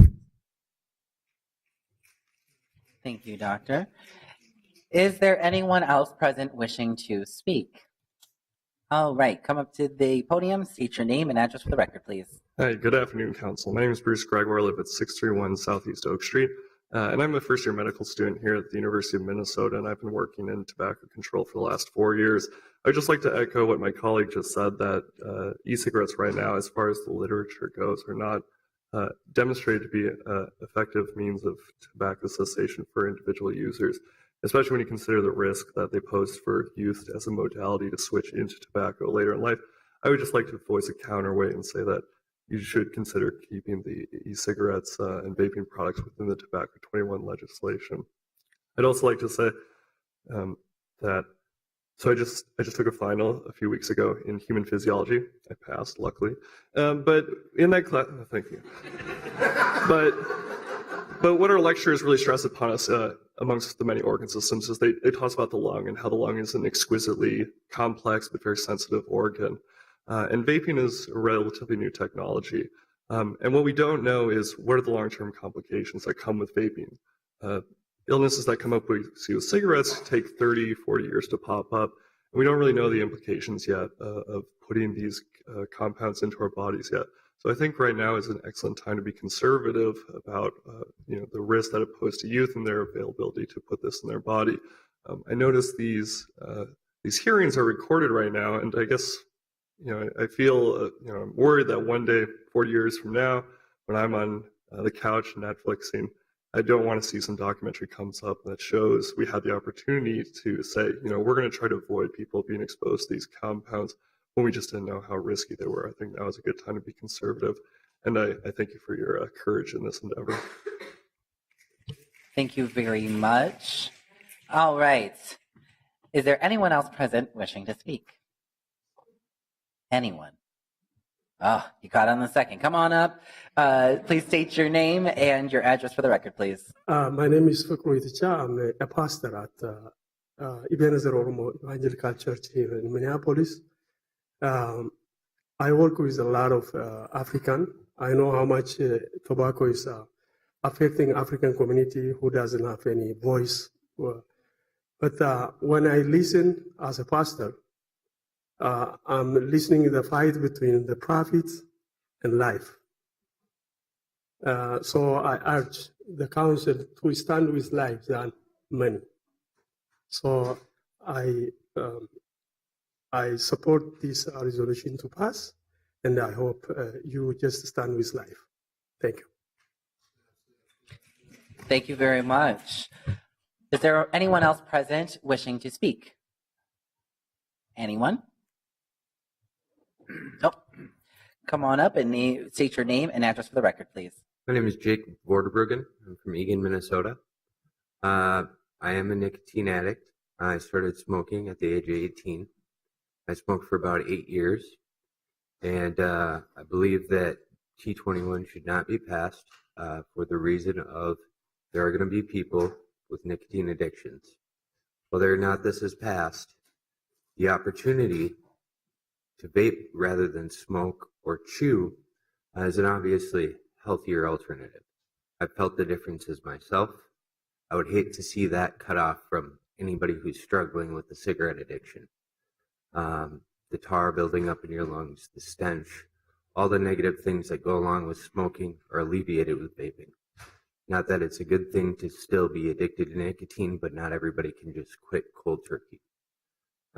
That's all. All right, thank you very much. Is there anyone else present wishing to speak? Come on forward. Please state your name and address for the record.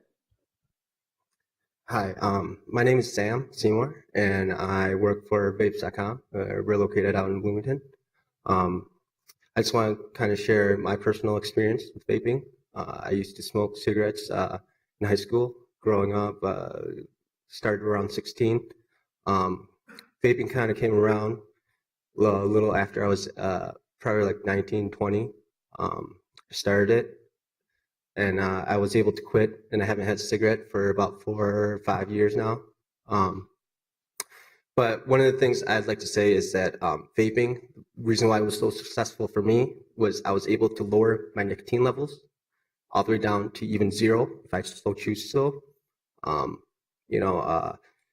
just having the option there to choose. Being 18 and addicted to nicotine, I would love to have the option to, for a healthier choice, in my opinion. And the option of even vaping 0 nicotine, or no nicotine at all. I just think that would greatly help people out on quitting combustion cigarettes, which the tar is a big cause of a lot of the health issues. Thank you. All right, thank you. Again, I want to ask folks to be conscientious of repeating similar messages as we are asking one last time, or potentially one last time. Is there anyone else present who would like to speak? Anyone? Anyone? All right. Seeing no one else wishing to speak, I will close this public hearing. Now I'm going to turn it to my colleagues. Councilmember Johnson. Thank you, Mr. Chair. I'd like to go ahead and move approval of this ordinance to raise the age to 21, and also move an amendment that I'll pass out and speak to. So let's first let's vote on the motion you just made and then the amendment. I moved the amendment. I moved the motion and then made a motion to amend the ordinance. Yeah. And so I just want to speak to this amendment. This is an amendment that would take the original implementation date of August 1st and move it back by 60 days to October 1st. And this was after extensive conversation with the industry. They made some really reasonable points around upgrading POS software, training employees from outside jurisdictions as well. We wanted to respect the challenges that they face in implementing this. We think it's a reasonable compromise. It's not going to change the underlying intent. We've talked to industry members who are very appreciative of this amendment, and to advocates as well who think that this is a reasonable proposal. All right, thank you very much. We have a motion on the table. Council Vice President Jenkins. Thank you, Chair Cunningham. And, I just want to speak to the original motion.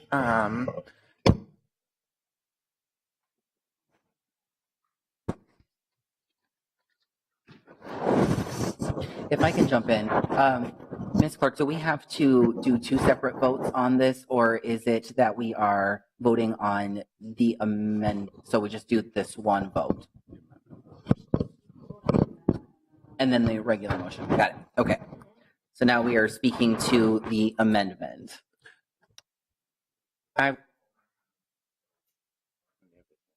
Great, thank you.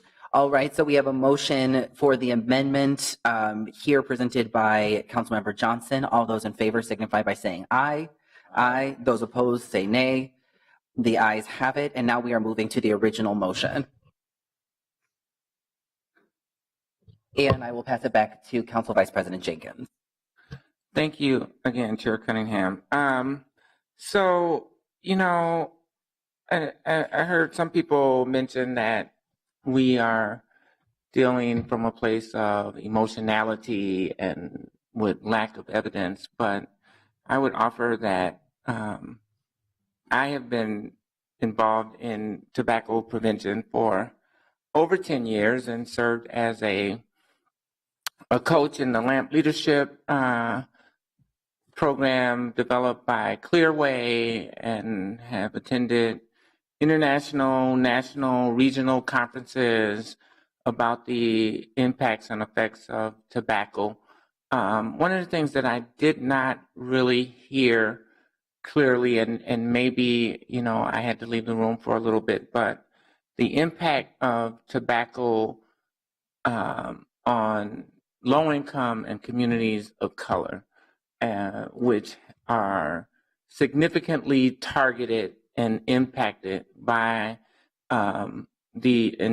what I would call the injustices of the tobacco industry. When we look at regulated substances,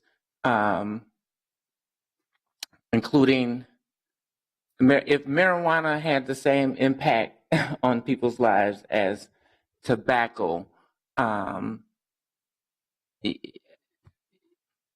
don't know. It's just really interesting to me that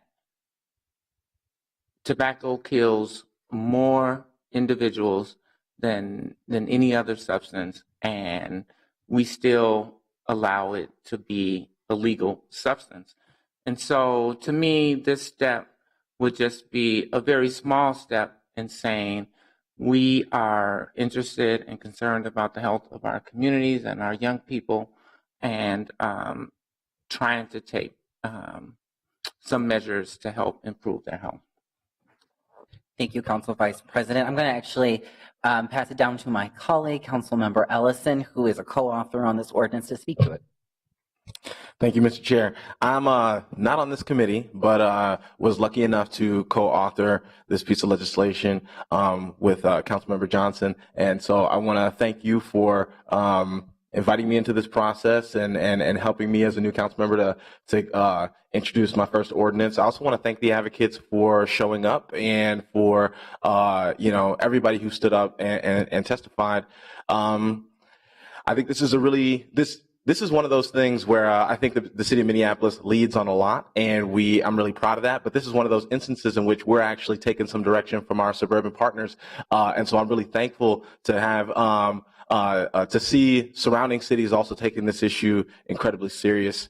Last year Minneapolis raised the minimum wage, right? When I think about the city as being really an attractive place for businesses and for people to come and make their money and earn their living in a city like Minneapolis, we as a legislative body have to say that we're not going to allow the financial health of an industry to be predicated on the exploitation of their workforce, right? Similarly, I think that we're saying here that we're not going to allow the financial health of the tobacco industry to come at the expense of youth. And so I think that's an important step to take. I'm really proud of the advocates who really were the loudest voices to get this passed, and I'm happy to be a co-author. So I just wanted to say those words and to thank my colleagues and to thank all of you. And that's it. Thank you. Thank you, Councilmember Ellison. Next up, we have Councilmember Gordon. Thank you very much, Chair Cunningham. I just wanted to talk a little bit about the big debate that seemed to be happening here about how we're taking away the opportunity for people to use vaping as as an alternative to getting nicotine from smoking tobacco. I will say that in conversations that I've had with some of the operators and the manufacturers, I clearly see that some of them have a larger mission, and they see their place, some of the ones that spoke today and also that I've met with, as providing a service to help people get off of the smoking tobacco cigarettes. And I really appreciate that. And I think that that's admirable. And I wish you luck in that. I think I'm not sure how much of it fit a good case argument, because you were smart to use that argument with those who are promoting health and care about health. So that was a smart move. But I also think that really that is some of your motivation. Unfortunately, we didn't hear the whole picture of e-cigarettes, because there are actually tobacco companies that have a bunch of money sunk into this, and they're marketing e-cigarettes in all the stores, and they, I believe, have very different motivations. They want to get lifetime customers, even though their lifetimes will be shorter than most lifetimes, but they want to get them, and they want to get them hooked on the nicotine, and so that they can gradually spend their money on all the products they have to offer. Not like some of you who actually think you want them, you told me this, you want them to quit coming and buying your materials within a year, and then it's or 2 or 3 or whatever it takes. So I appreciate that. But it's also really hard for me as a policymaker up here to know how effective that really is, because nobody recognizes it or licenses it or acknowledges it as a cessation device and strategy. And listening to some of the discussion, I think some people are going to leave this thinking you've got 2 options if you want to quit. You either have to go cold turkey or vape. Well, that's actually not true. There are some recognized cessation devices, and some people raised this near the end, and I appreciated that. I mean, and if you're 18 and you want to quit right now, you can go over the counter and get a patch. You can go and get over the counter gum. You can go over the counter and get lozenges that will provide you with some nicotine and will help you quit. And they work. I can speak from personal experience. They work. And they can work. It can work for decades for you if you try some of those. And sometimes it only takes a day or 2.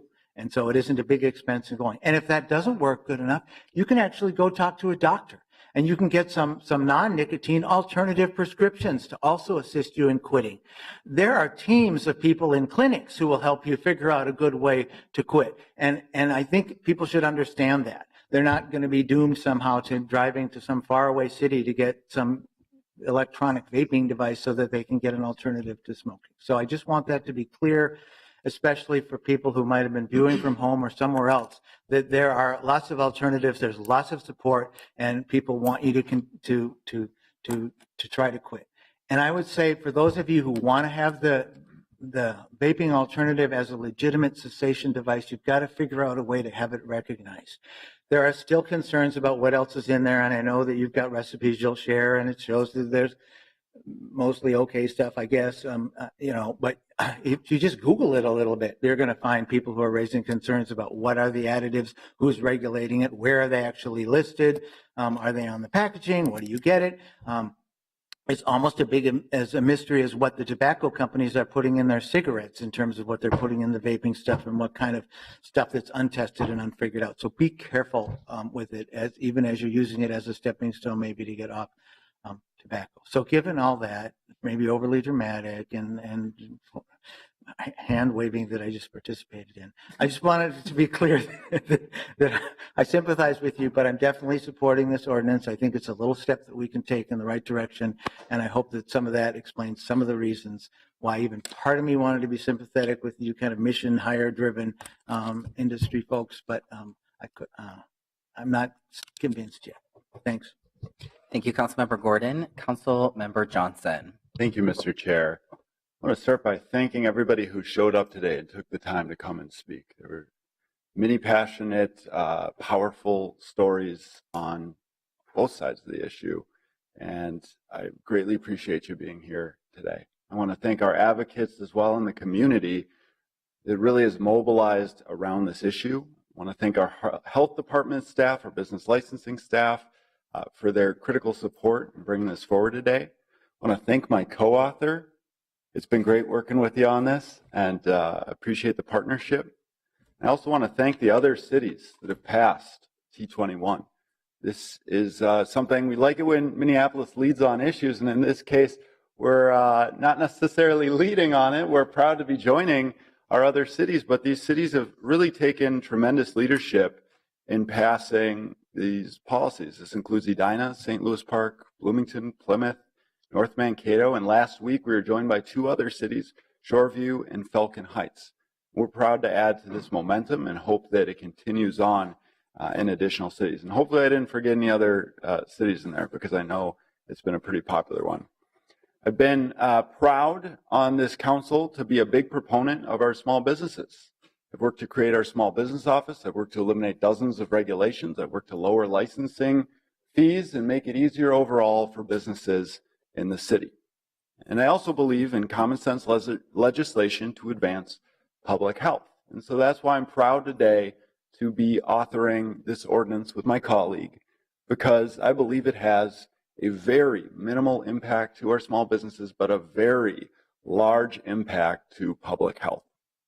Youth are aggressively marketed to with this. They're targeted, disproportionately targeting Black, brown, and indigenous people, exploiting their bodies for profits and treating their lives as disposable. Youth are targeted with products that are highly addictive, meant to hook them. And as we know, tobacco is a neurotoxin and disrupts brain development and chips away at individuals' health.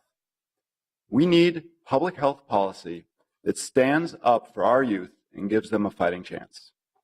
I can tell you from my own experience in high school, it was easiest to get your hands on cigarettes.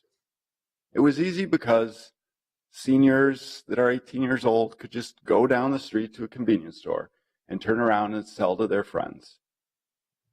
The next easiest thing was marijuana to get. It was harder than cigarettes.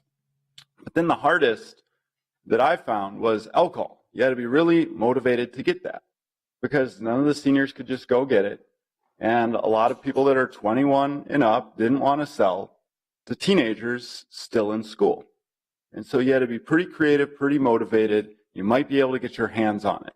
And that use, the use really followed with the ease. We saw a lot in my high school, a lot of youth smoking cigarettes, again, because it was so easy. And some other aspect of being young is that I remember being an 18-year-old and I thought I knew everything. But then by 21, I realized how much more I had to learn.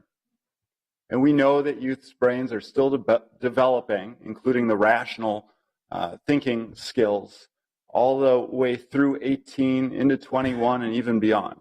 Somebody mentioned here about guns. Personally, I think you shouldn't have high schoolers being able to go out there and get assault rifles and handguns as well. So I think we need to be careful with our public policy and think about the milestones within a person's development in their life and whether they're capable of making the most informed decision possible in their own interests.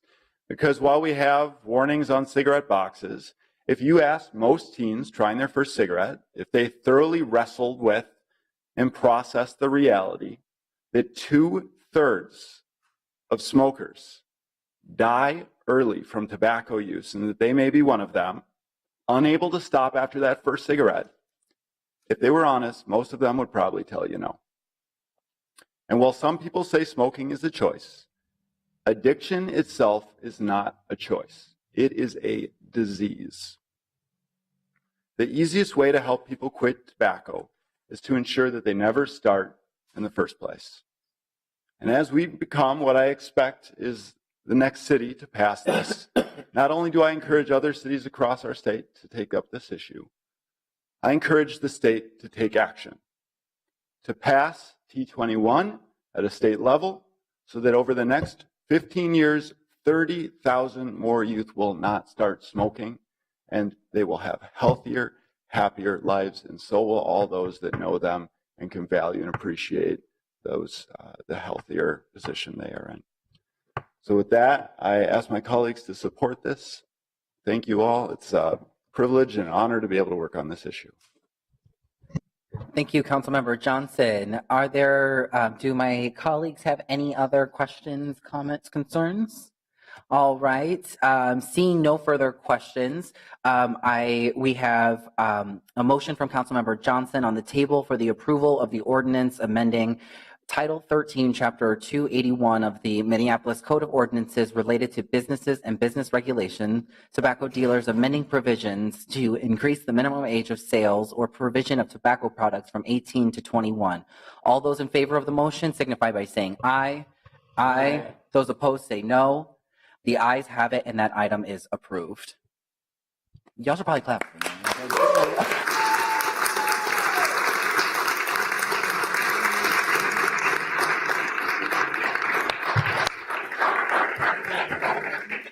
All right, thank you everyone for sticking together through that public hearing and conversation. For those of you who are thrilled and excited by neighborhood associations, please stick around because next up, if folks could please take their conversations out into the hallways, out of the chambers. Hi again, if everyone could please take their conversations outside. The meeting is not over yet. Could folks please take their conversations outside so that we can continue our meeting? Get in there. Get in there.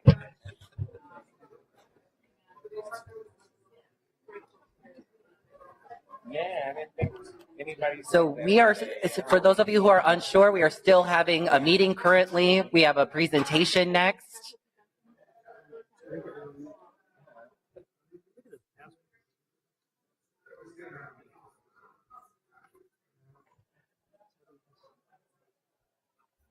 All right, so our discussion item for today relates to the Neighborhoods 2020 Work Group. David Rubidor, Director of Neighborhood Community Relations Department, will give a presentation. Mr. Rubidor, the floor is yours. Chair Cunningham and committee members, good afternoon. I'm David Rubidor, the Director of the Neighborhood and Community Relations Department. And as the chair has mentioned, I'm here today to talk about Neighborhoods 2020, an update on that process, and then also talking about the roadmap moving forward with several action items before the council. Today, we are joined by a few people from the NCEC. I want to make sure I cover them all. We have Nick Chickowitz, who is the chair of the NCEC, and at the pleasure of the chair, after my presentation, he'd like to say a few words about this process as well. We have Marcus Mills, who's the second vice chair of the Neighborhood Community Engagement Commission, and we have also, I believe, Dennis Poole is still here. Yes, still here as well as some neighborhood organization representatives. So wanted to make sure we pointed that out. We are loading up. We have a very long password here that we're trying to enter into the computer and trying to load up the PowerPoint presentation. But before that, I can talk a little bit about what we are looking to do here. I think one of the things to start off is really to state, and I think it's really important, Minneapolis is a very engaged city. We have multiple ways for people to engage with the city, which includes our neighborhood organizations, as well as a multitude of other ways, as you just saw and spent the last couple hours regarding the Tobacco 21 ordinance proposal. So we have a very engaged city. Our neighborhood organizations have really been a significant part of that work. And between the neighborhood revitalization program and the community participation program, we are coming up on 3 decades of significant investment into our neighborhood work. Our neighborhoods have been a core city service where residents can be directly involved in improving their community and have done such initiatives such as organizing block clubs, dealing with crime and safety issues within their community, supporting economic development initiatives, and in many cases coming up with economic development initiatives, really supporting the development of affordable housing throughout the city, and again, in many cases, actually spurring that idea and developing that, as well as holding a number of community events. Over these 3 decades, the city has invested over $260 million into this effort, and the Neighborhoods 2020 work is really an effort to move forward with the next generation of programming to support neighborhoods in the future. On December 31st, 2019, the Consolidated Tax Increment Finance District, which currently funds our neighborhood organizations, will come to an end. That program or that funding mechanism will continue to fund neighborhoods through the end of 2020, but come January 1st, 2021, both the current community participation program and the funding for it comes to an end. And so this discussion is really about what happens after 2021 or starting in 2021. The roadmap being presented today is really an outline of the process that we're going to go through in order to involve the community and the stakeholders and neighborhoods in that discussion about dealing with the program. We're also going to look at governance issues. We're also going to look at engagement policy issues within the city. The neighborhoods, the roadmap really just outlines the process. It outlines our values in this work, and it gives us an opportunity to really look at what has worked really well and what ways we can actually improve this work. What it doesn't do is in the proposal is there's a number of ideas around possible models that could be used in the future. There's also a number of recommendations that have been developed through previous engagement efforts, as well as through the BECO report and other evaluations that have been done along the way. Those were included in the roadmap and still are in there as an appendix for when the work groups are set up to really kind of dive into those deeply. But what's being asked today is not to approve any of that work. It's really just to approve the work groups moving forward. So that continues to be part of the roadmap, but we're not making any recommendations on that as of today. So specifically what's being requested of the council today is 3 specific actions. One is approving the work group structure, which I'll go through in a minute. The second is receiving and filing the public comment period. We did open the roadmap up for public comment. And then also receiving and filing the actual updated roadmap. We made a number of changes based on the comments that came in to really help kind of clarify the work. Just as a reminder, and I know all of you on the council know this, but neighborhood organizations over the last 30 years have really done a tremendous amount of work for the city. It's really considered a core city service. They have organized thousands of volunteers and countless hours of time really to help improve our city, and have supported many, many collaborations with other nonprofits, businesses, and other governmental entities, as well as the city, to make improvements into their communities in the city. They have created a sense of community, and this work has been done at a level which the city could never do without these type of partnerships. Moving forward, as I mentioned, as the one program comes to an end, the community participation program comes to an end at the end of 2020, there's really an opportunity to really look at our current system and take a look at it, what could be improved, and really position us for moving forward into the future.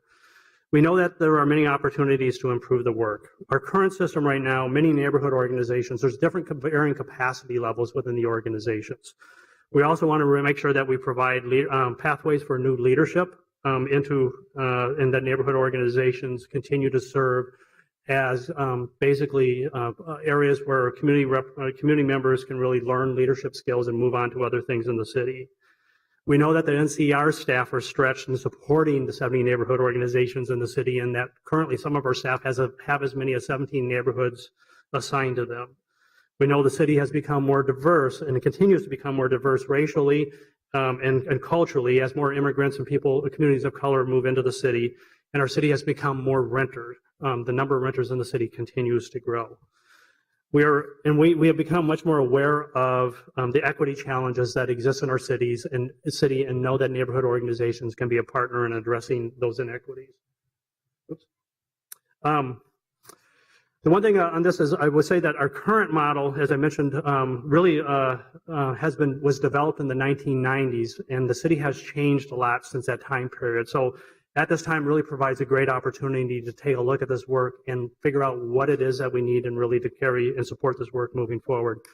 I will also note that the NCR department, as this work continues and moves through the course of the summer, will be looking at changes about how we deliver our services and support neighborhood organizations as well, and that's part of the conversation. Just to dive a little bit deeper into one of these particular areas, and some of the challenges that we have seen is our city has become much more diverse since this original model was put into place. We have currently now a population, people of color in the city or communities of color now represent about 40% of our residents. And our foreign-born population, our immigrant and refugee population has grown to over 15%, and our renters are now up to 52% of the city's population. As the city has recognized that our community and our city has changed a lot, we took a number of actions ourselves a number of years ago. One is the creation of the NCR department itself, which was started about 7 years ago, to really look at ways that we can engage cultural communities and folks that are generally underrepresented in the process, in the decision-making processes, and making sure that we have ways to address that. So NCR has been around for a little over 7 years. We work on ADA compliance. We work on supporting language access within the city. We support other departments in their outreach efforts and have supported major policy initiatives with the city. And just quick touch on some dashboard on some highlights of our work, that the NCR department has been very successful in many ways in making sure that there's more representation in the city work. So we have seen an increase in the language access work in the city since 2010 of over 500%. And just as another example, our Community Connections Conference continues to grow and is really at parity with the city's diversity demographics. And so we've been able to make significant strides in that area. With that, neighborhood organizations still represent the largest investment in community engagement by the city. This is a snapshot of the 2017 actual expenditures by the NCR department. 80% of our budget went out through the Neighborhood Revitalization Program and the Community Participation Program as direct support to neighborhood contracts that are in place. In addition, we have neighborhood staff that support neighborhood organizations, which represented another 8% of our budget. So collectively, neighborhood work in 2017 represented 88% of NCR's total budget. Even with 88% of our resources supporting neighborhoods have actually seen a 60% decrease in expenditures over the last 17 years. So in essence, what we're asking is our neighborhood organizations to do more work in cultural engagement and cultural outreach with less resources in a city that continues to become more diverse. That's a challenge. And it's a challenge they've taken on, but it's a challenge that we need additional support in. At the same time, we're still working on within a model, a framework that was developed in the 1990s before some of these demographic changes really started to take hold. So this is really a great opportunity to move forward and look at what really we can be doing from 2020 and beyond in supporting our community-based planning and our neighborhood organizations in the city. So what NCR does, we listened to the community. In 2017, we went out and started talking to people about what this could and should be and how could we do this better. So last year, we started with 5 what were very large community conversations where over 700 people participated talking about neighborhood work in the city. We also held some culturally specific listening sessions for groups that have historically not participated in neighborhood work. We held an online survey, and we also talked about this at the Community Connections Conference. What we heard was that there is a lot of support in the city for neighborhood organizations, that people really liked the notion of the place-based grassroots level of organizing, and the city being an active partner and funder and supporter of that was a very strong theme. But also we heard that people really want to be great partners with their community and also great partners with the city. And they recognize the need to get better at increasing equity and inclusion, but they're looking for help in being able to do that. So these are some of the challenges that in Neighborhoods 2020 we're hoping, and not hoping, that we will be taking on.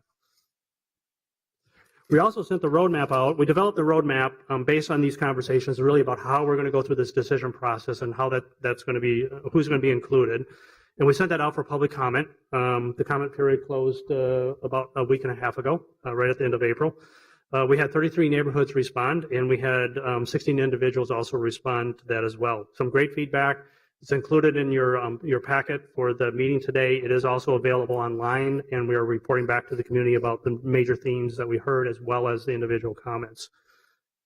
The roadmap includes a timeline about how this process will move forward. It also identifies a draft core city services. One of the things that I've been really, I think, adamant about that we need to clarify, we refer to neighborhoods as providing a core city service, and really those kind of eyes and ears on the street at a level that the city itself cannot do. And we really should identify what that is so people understand what that role is, both for the city employees, elected officials, as well as the neighborhood organizations. We also included in there a draft set of guiding values for this work and what we really believe in and what are core to supporting as we go forward with these discussions. And so those are included in the roadmap. So the action item for you today is moving forward. We are requesting to move forward with 3 work groups to support this work.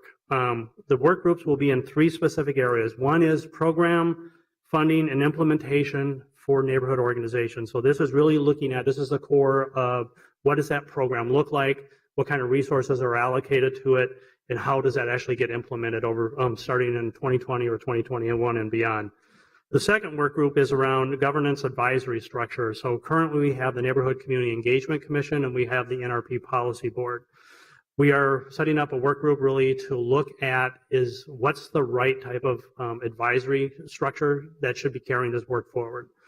And the third thing is a citywide community engagement policy, which clarifies, our attempt here is to clarify the role of neighborhood organizations in working with the city and the city working with the neighborhoods. This not only will this include this work group, but we will be engaging city departments in this conversation as well to help feed the information into the work groups. So working with the NCEC, we've come up with a structure for these work groups. They will have, 2 of them will have 15 members, 1 of them will have 16 members. I will just say we know this is a bit large, but this is a big conversation with a lot of people that are wanting to be part of this conversation, and we believe we can manage this over the next 8 months. Each work group will have 1 representative from the city council that would be appointed by the council president. We would have 1 mayoral representative that would be appointed by the mayor. It would have 2 NCEC reps, neighborhood community engagement representatives, that would be appointed by the commission.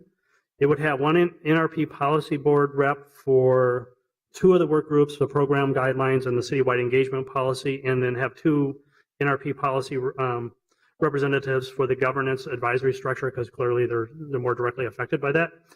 Those would be appointed by the policy board and would not be NCEC members because there's overlap between the 2. And then lastly, there will be 3 community representatives, 5 neighborhood reps, and 2 equity and undoing racism representatives on the work groups, and those would be decided by a joint committee between the NCEC and the NCR department. So that is the proposal for you today. Our intent is to get, this would be a public process where any members of the community could apply. We put together a draft application form, which I believe was included in the packet for you today. We are going to be reaching out to community members to apply to this. We are closing this on June 4th, and then we'll be making the selection shortly thereafter. We're going to be starting to do outreach. I'm sorry, if I can actually jump in. Yeah. Councilmember Gordon has a question. Well, I could have waited till the end, but it has to do with the makeup of these groups. So if that's okay. Well, he looked very excited to jump in. If you want to finish your thoughts, and then we'll come back. Well, we're going to start doing outreach on this now and invite people to apply, and then making the decision shortly after June 4th with the idea that the work groups would start meeting in June and report back to the city council by November. So with that, I'll stop. Chair Cunningham, and entertain the question. We'll do it again. Councilmember Gordon. Thank you very much. So I have some questions about the makeup of the groups, or I have some concerns or some thoughts or some ideas, whatever you want to call them. When it says that the council president will appoint a city council representative, is the assumption that's a council member? Chair Cunningham, Councilmember Gordon, yes, that would be, the idea would be it would be a council member or policy aide. It will be council's choice of which of the 2 that would be. Okay. I think one of the things I'm wishing we had was more direct council involvement if there was the interest. I see 2 places where we maybe could do more of that. One would be to, I don't know how many council members are going to be interested in serving on these, but I would say if there were 6 of them, the 2 wanted to be on this one and 2 on that one and 2 on the other one, that would probably be good for us and good for the city. To get more engagement from council members on the work groups. So I'm not sure how to phrase that. I certainly wouldn't want, if we want them to be somehow balanced and with community involvement, and of course we have quorum issues, I wouldn't want the meetings to be noticed, and I wouldn't want them to be a majority of council members running the show either. But I want to throw that out there. Also, when we talk about who gets to appoint the community, the cultural community representatives and the neighborhood representatives, and it looks like we have NCEC members and NCR staff involved, but we don't have any council person even reviewing those or looking at them. It seems like a natural fit for the chair of the committee to play a role, or his office or something like that, or somebody from the council to also be involved and engaged in that. I just have a sense the more council and mayoral policymaker involvement we can have in the work groups and in this whole process, the more likely we're going to end up with a product at the end that's going to have enthusiastic council support for where it's at. So that's kind of where I'm coming from. I want to throw that out to you and the committee members. I understand we're approving. I'm not sure if I'm ready to make specific amendments about how to improve the structure. I could be by the next council meeting though, but I wanted to at least get a little discussion going about it. If we think we're in the right place with this. He just gave me more work that I'm really excited about, but I accepted. Mr. Rubador, do you have a response? Chair Cunningham and Councilmember Gordon, I very much appreciate and welcome your comments around having council involvement in this. That it's going to be really important when we get to the end that there's ownership from the council and members of the council that can speak to this to the full council as well. And so I think I applaud that effort and I would welcome that. Regarding the specifics around that, the meetings are actually going to be open to the public. These were considered voting members in essence, and so these would be the folks that, when we come to decisions, would be making it. But others would be welcome to participate in the conversation as well. So whether it's more of an informal connection, or if you really want to add specifically another council member to each, because right now we're at 3 council members, that would bump it to 6. So, but also I would welcome Chair Cunningham. Gracious acceptance of your volunteer suggestion on serving on the selection committee as well. Councilmember Gordon. So then why don't I make this as an amendment somehow, if I can, to just say that it will be up to 2 city council representatives. So that would, if we can only find 1 or none, I guess that would work too. But on each, and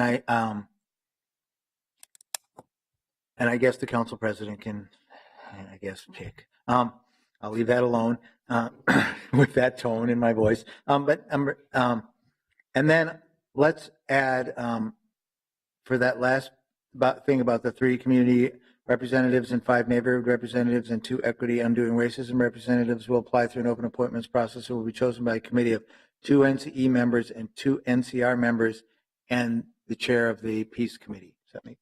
Do you understand that amendment? Yes. Okay. The answer is yes to that. All right. So I'll move that and see what happens. All right. So we have a motion on the floor. Are there any questions from my colleagues? Councilmember Schrader. Well, I'd like to see if the chair is okay with that. And Are you kidding me? I love this stuff. Oh, yeah. Anybody else? All right. On that motion, all those in favor signify by saying aye. Before we vote, can we hear the motion? Sure, yes. Peggy, can you please repeat back the motion in full? Councilmember Gordon moved to include up to 2 city council reps on each work group and have the chair of the peace committee as one of the representatives with the community reps. So just to clarify. Councilmember Gordon. Thank you. So I'm looking at the staff report, and it has 3 work groups would be, and they're listed. So that, I don't know if everybody can see that. It's in the background section of the RFP. Yes. So maybe I should have gone somewhere else. But that's where it's laid out. So I'm number 3. It says citywide community engagement policy, and then it says the final decision who is a member of each work group will be decided as follows, and it says 1, 2, 3.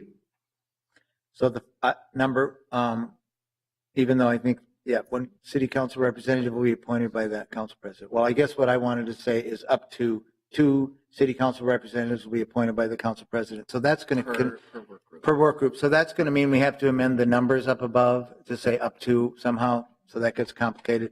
But the one that was a little bit confusing when you said it, City Clerk, was 3. What I wanted to say is those representatives, culture, community, neighborhoods, and Undoing Racism representatives would apply through an open appointments process and will be chosen by a committee made up of the Peace Chair, as well as 2 NCEC members and 2 NCR staff. Do you? I haven't. Is that clear? Mhm. Andrew, Councilmember Jenkins, or Mr. Chair, can we make sure Andrew understands that? Yes, I wanted to double check with Madam Clerk to see if is it a motion that we need to change this, or is it like a staff direction that we would need to change this? I think since the department is bringing this forward as part of their background, it would be better as a staff direction to the department. All right. With that information, I would like to amend the motion that's on the floor for what was the staff direction? I would like to amend to make it a staff direction with the similar to change. Sorry, let me try again. I would like to amend the motion that's on the table to. I'm still new at this, y'all. How do we staff direction to change the roadmap to reflect the requests by the council? Is this the roadmap? This section? Yes. Chair Cunningham, that's correct. Yes. Okay. So then amending the roadmap. Councilmember, Council Vice President Jenkins, is that clear? Yeah. Okay. Cool. Thank you very much. Thank you. Okay. So on the amendment then, all those in favor signify by saying aye. Aye. All those opposed say no. That item passes. And then do we have to vote on the original motion as well?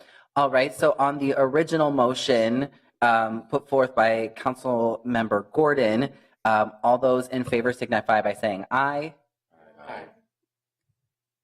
Those opposed say no. That motion passes. Is that correct? Okay.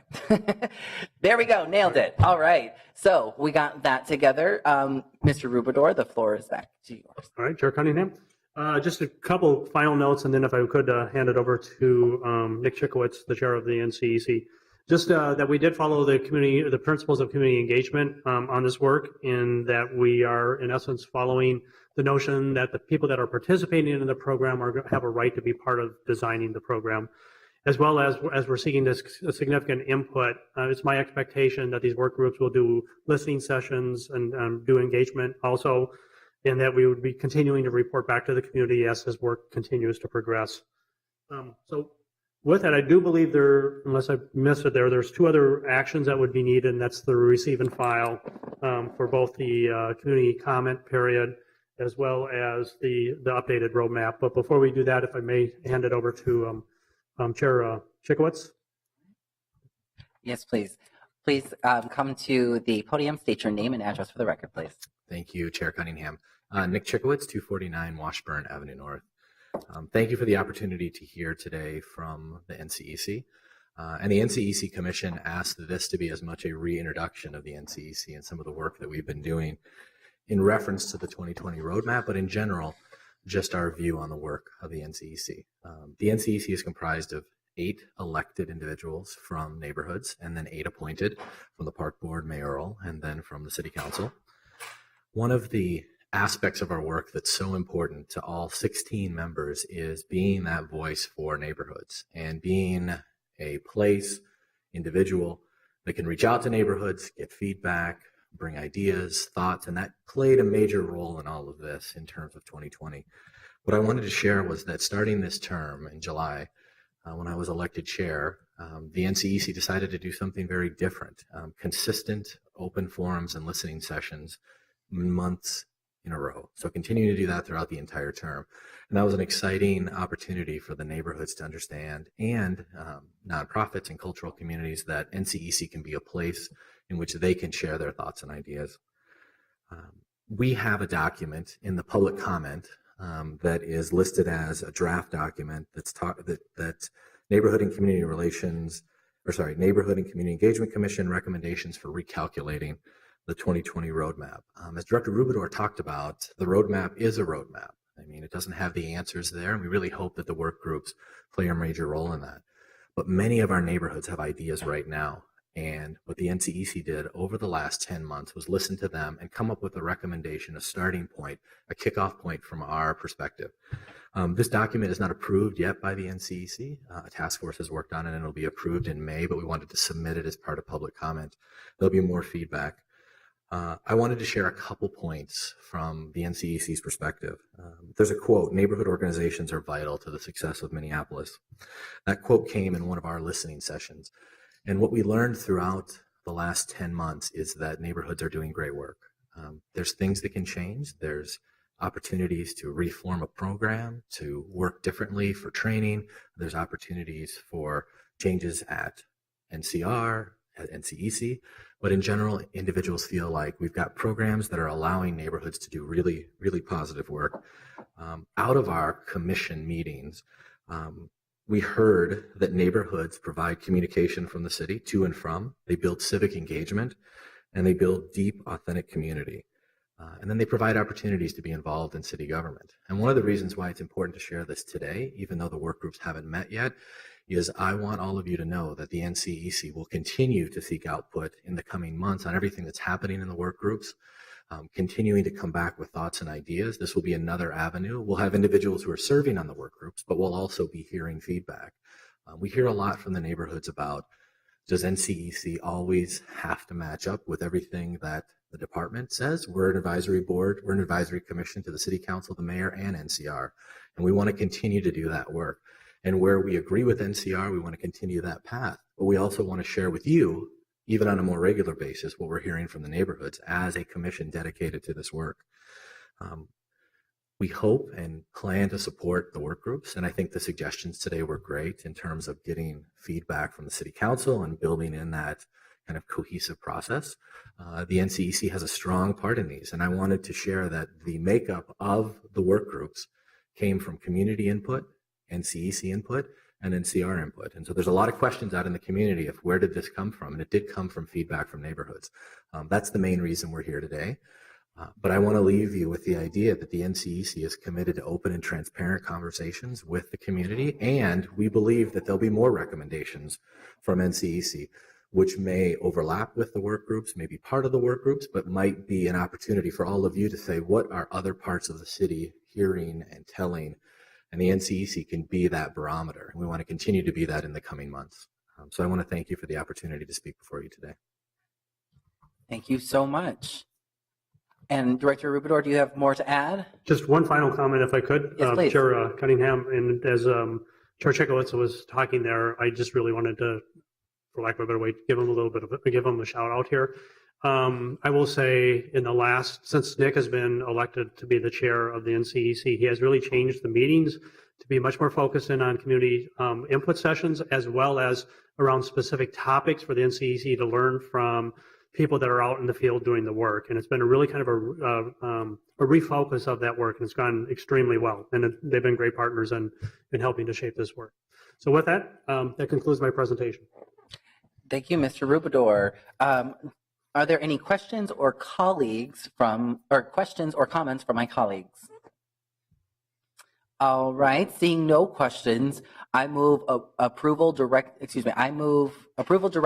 the Neighborhood and Community Relations Department to move forward with the application process of the Neighborhoods 2020 work groups, as well as to receive and file the public comment report on the Neighborhoods 2020 roadmap, a guide for conversation, and receiving and filing the updated roadmap document. All those in favor, please signify by saying aye. Aye. Aye. Those opposed say no. The ayes have it, and these items have been approved and received and filed. Thank you, Mr. Rubidor. That is our last item on today's agenda. Thank you to my colleagues for sticking around for this marathon meeting. Our next meeting is scheduled for June 4th, 2018, at 1:30 p.m. here in the council chambers. As always, to the riveted listeners at home, please make sure that your voice is heard. Contact your council members with thoughts and ideas. And seeing no further business before this committee, we are adjourned.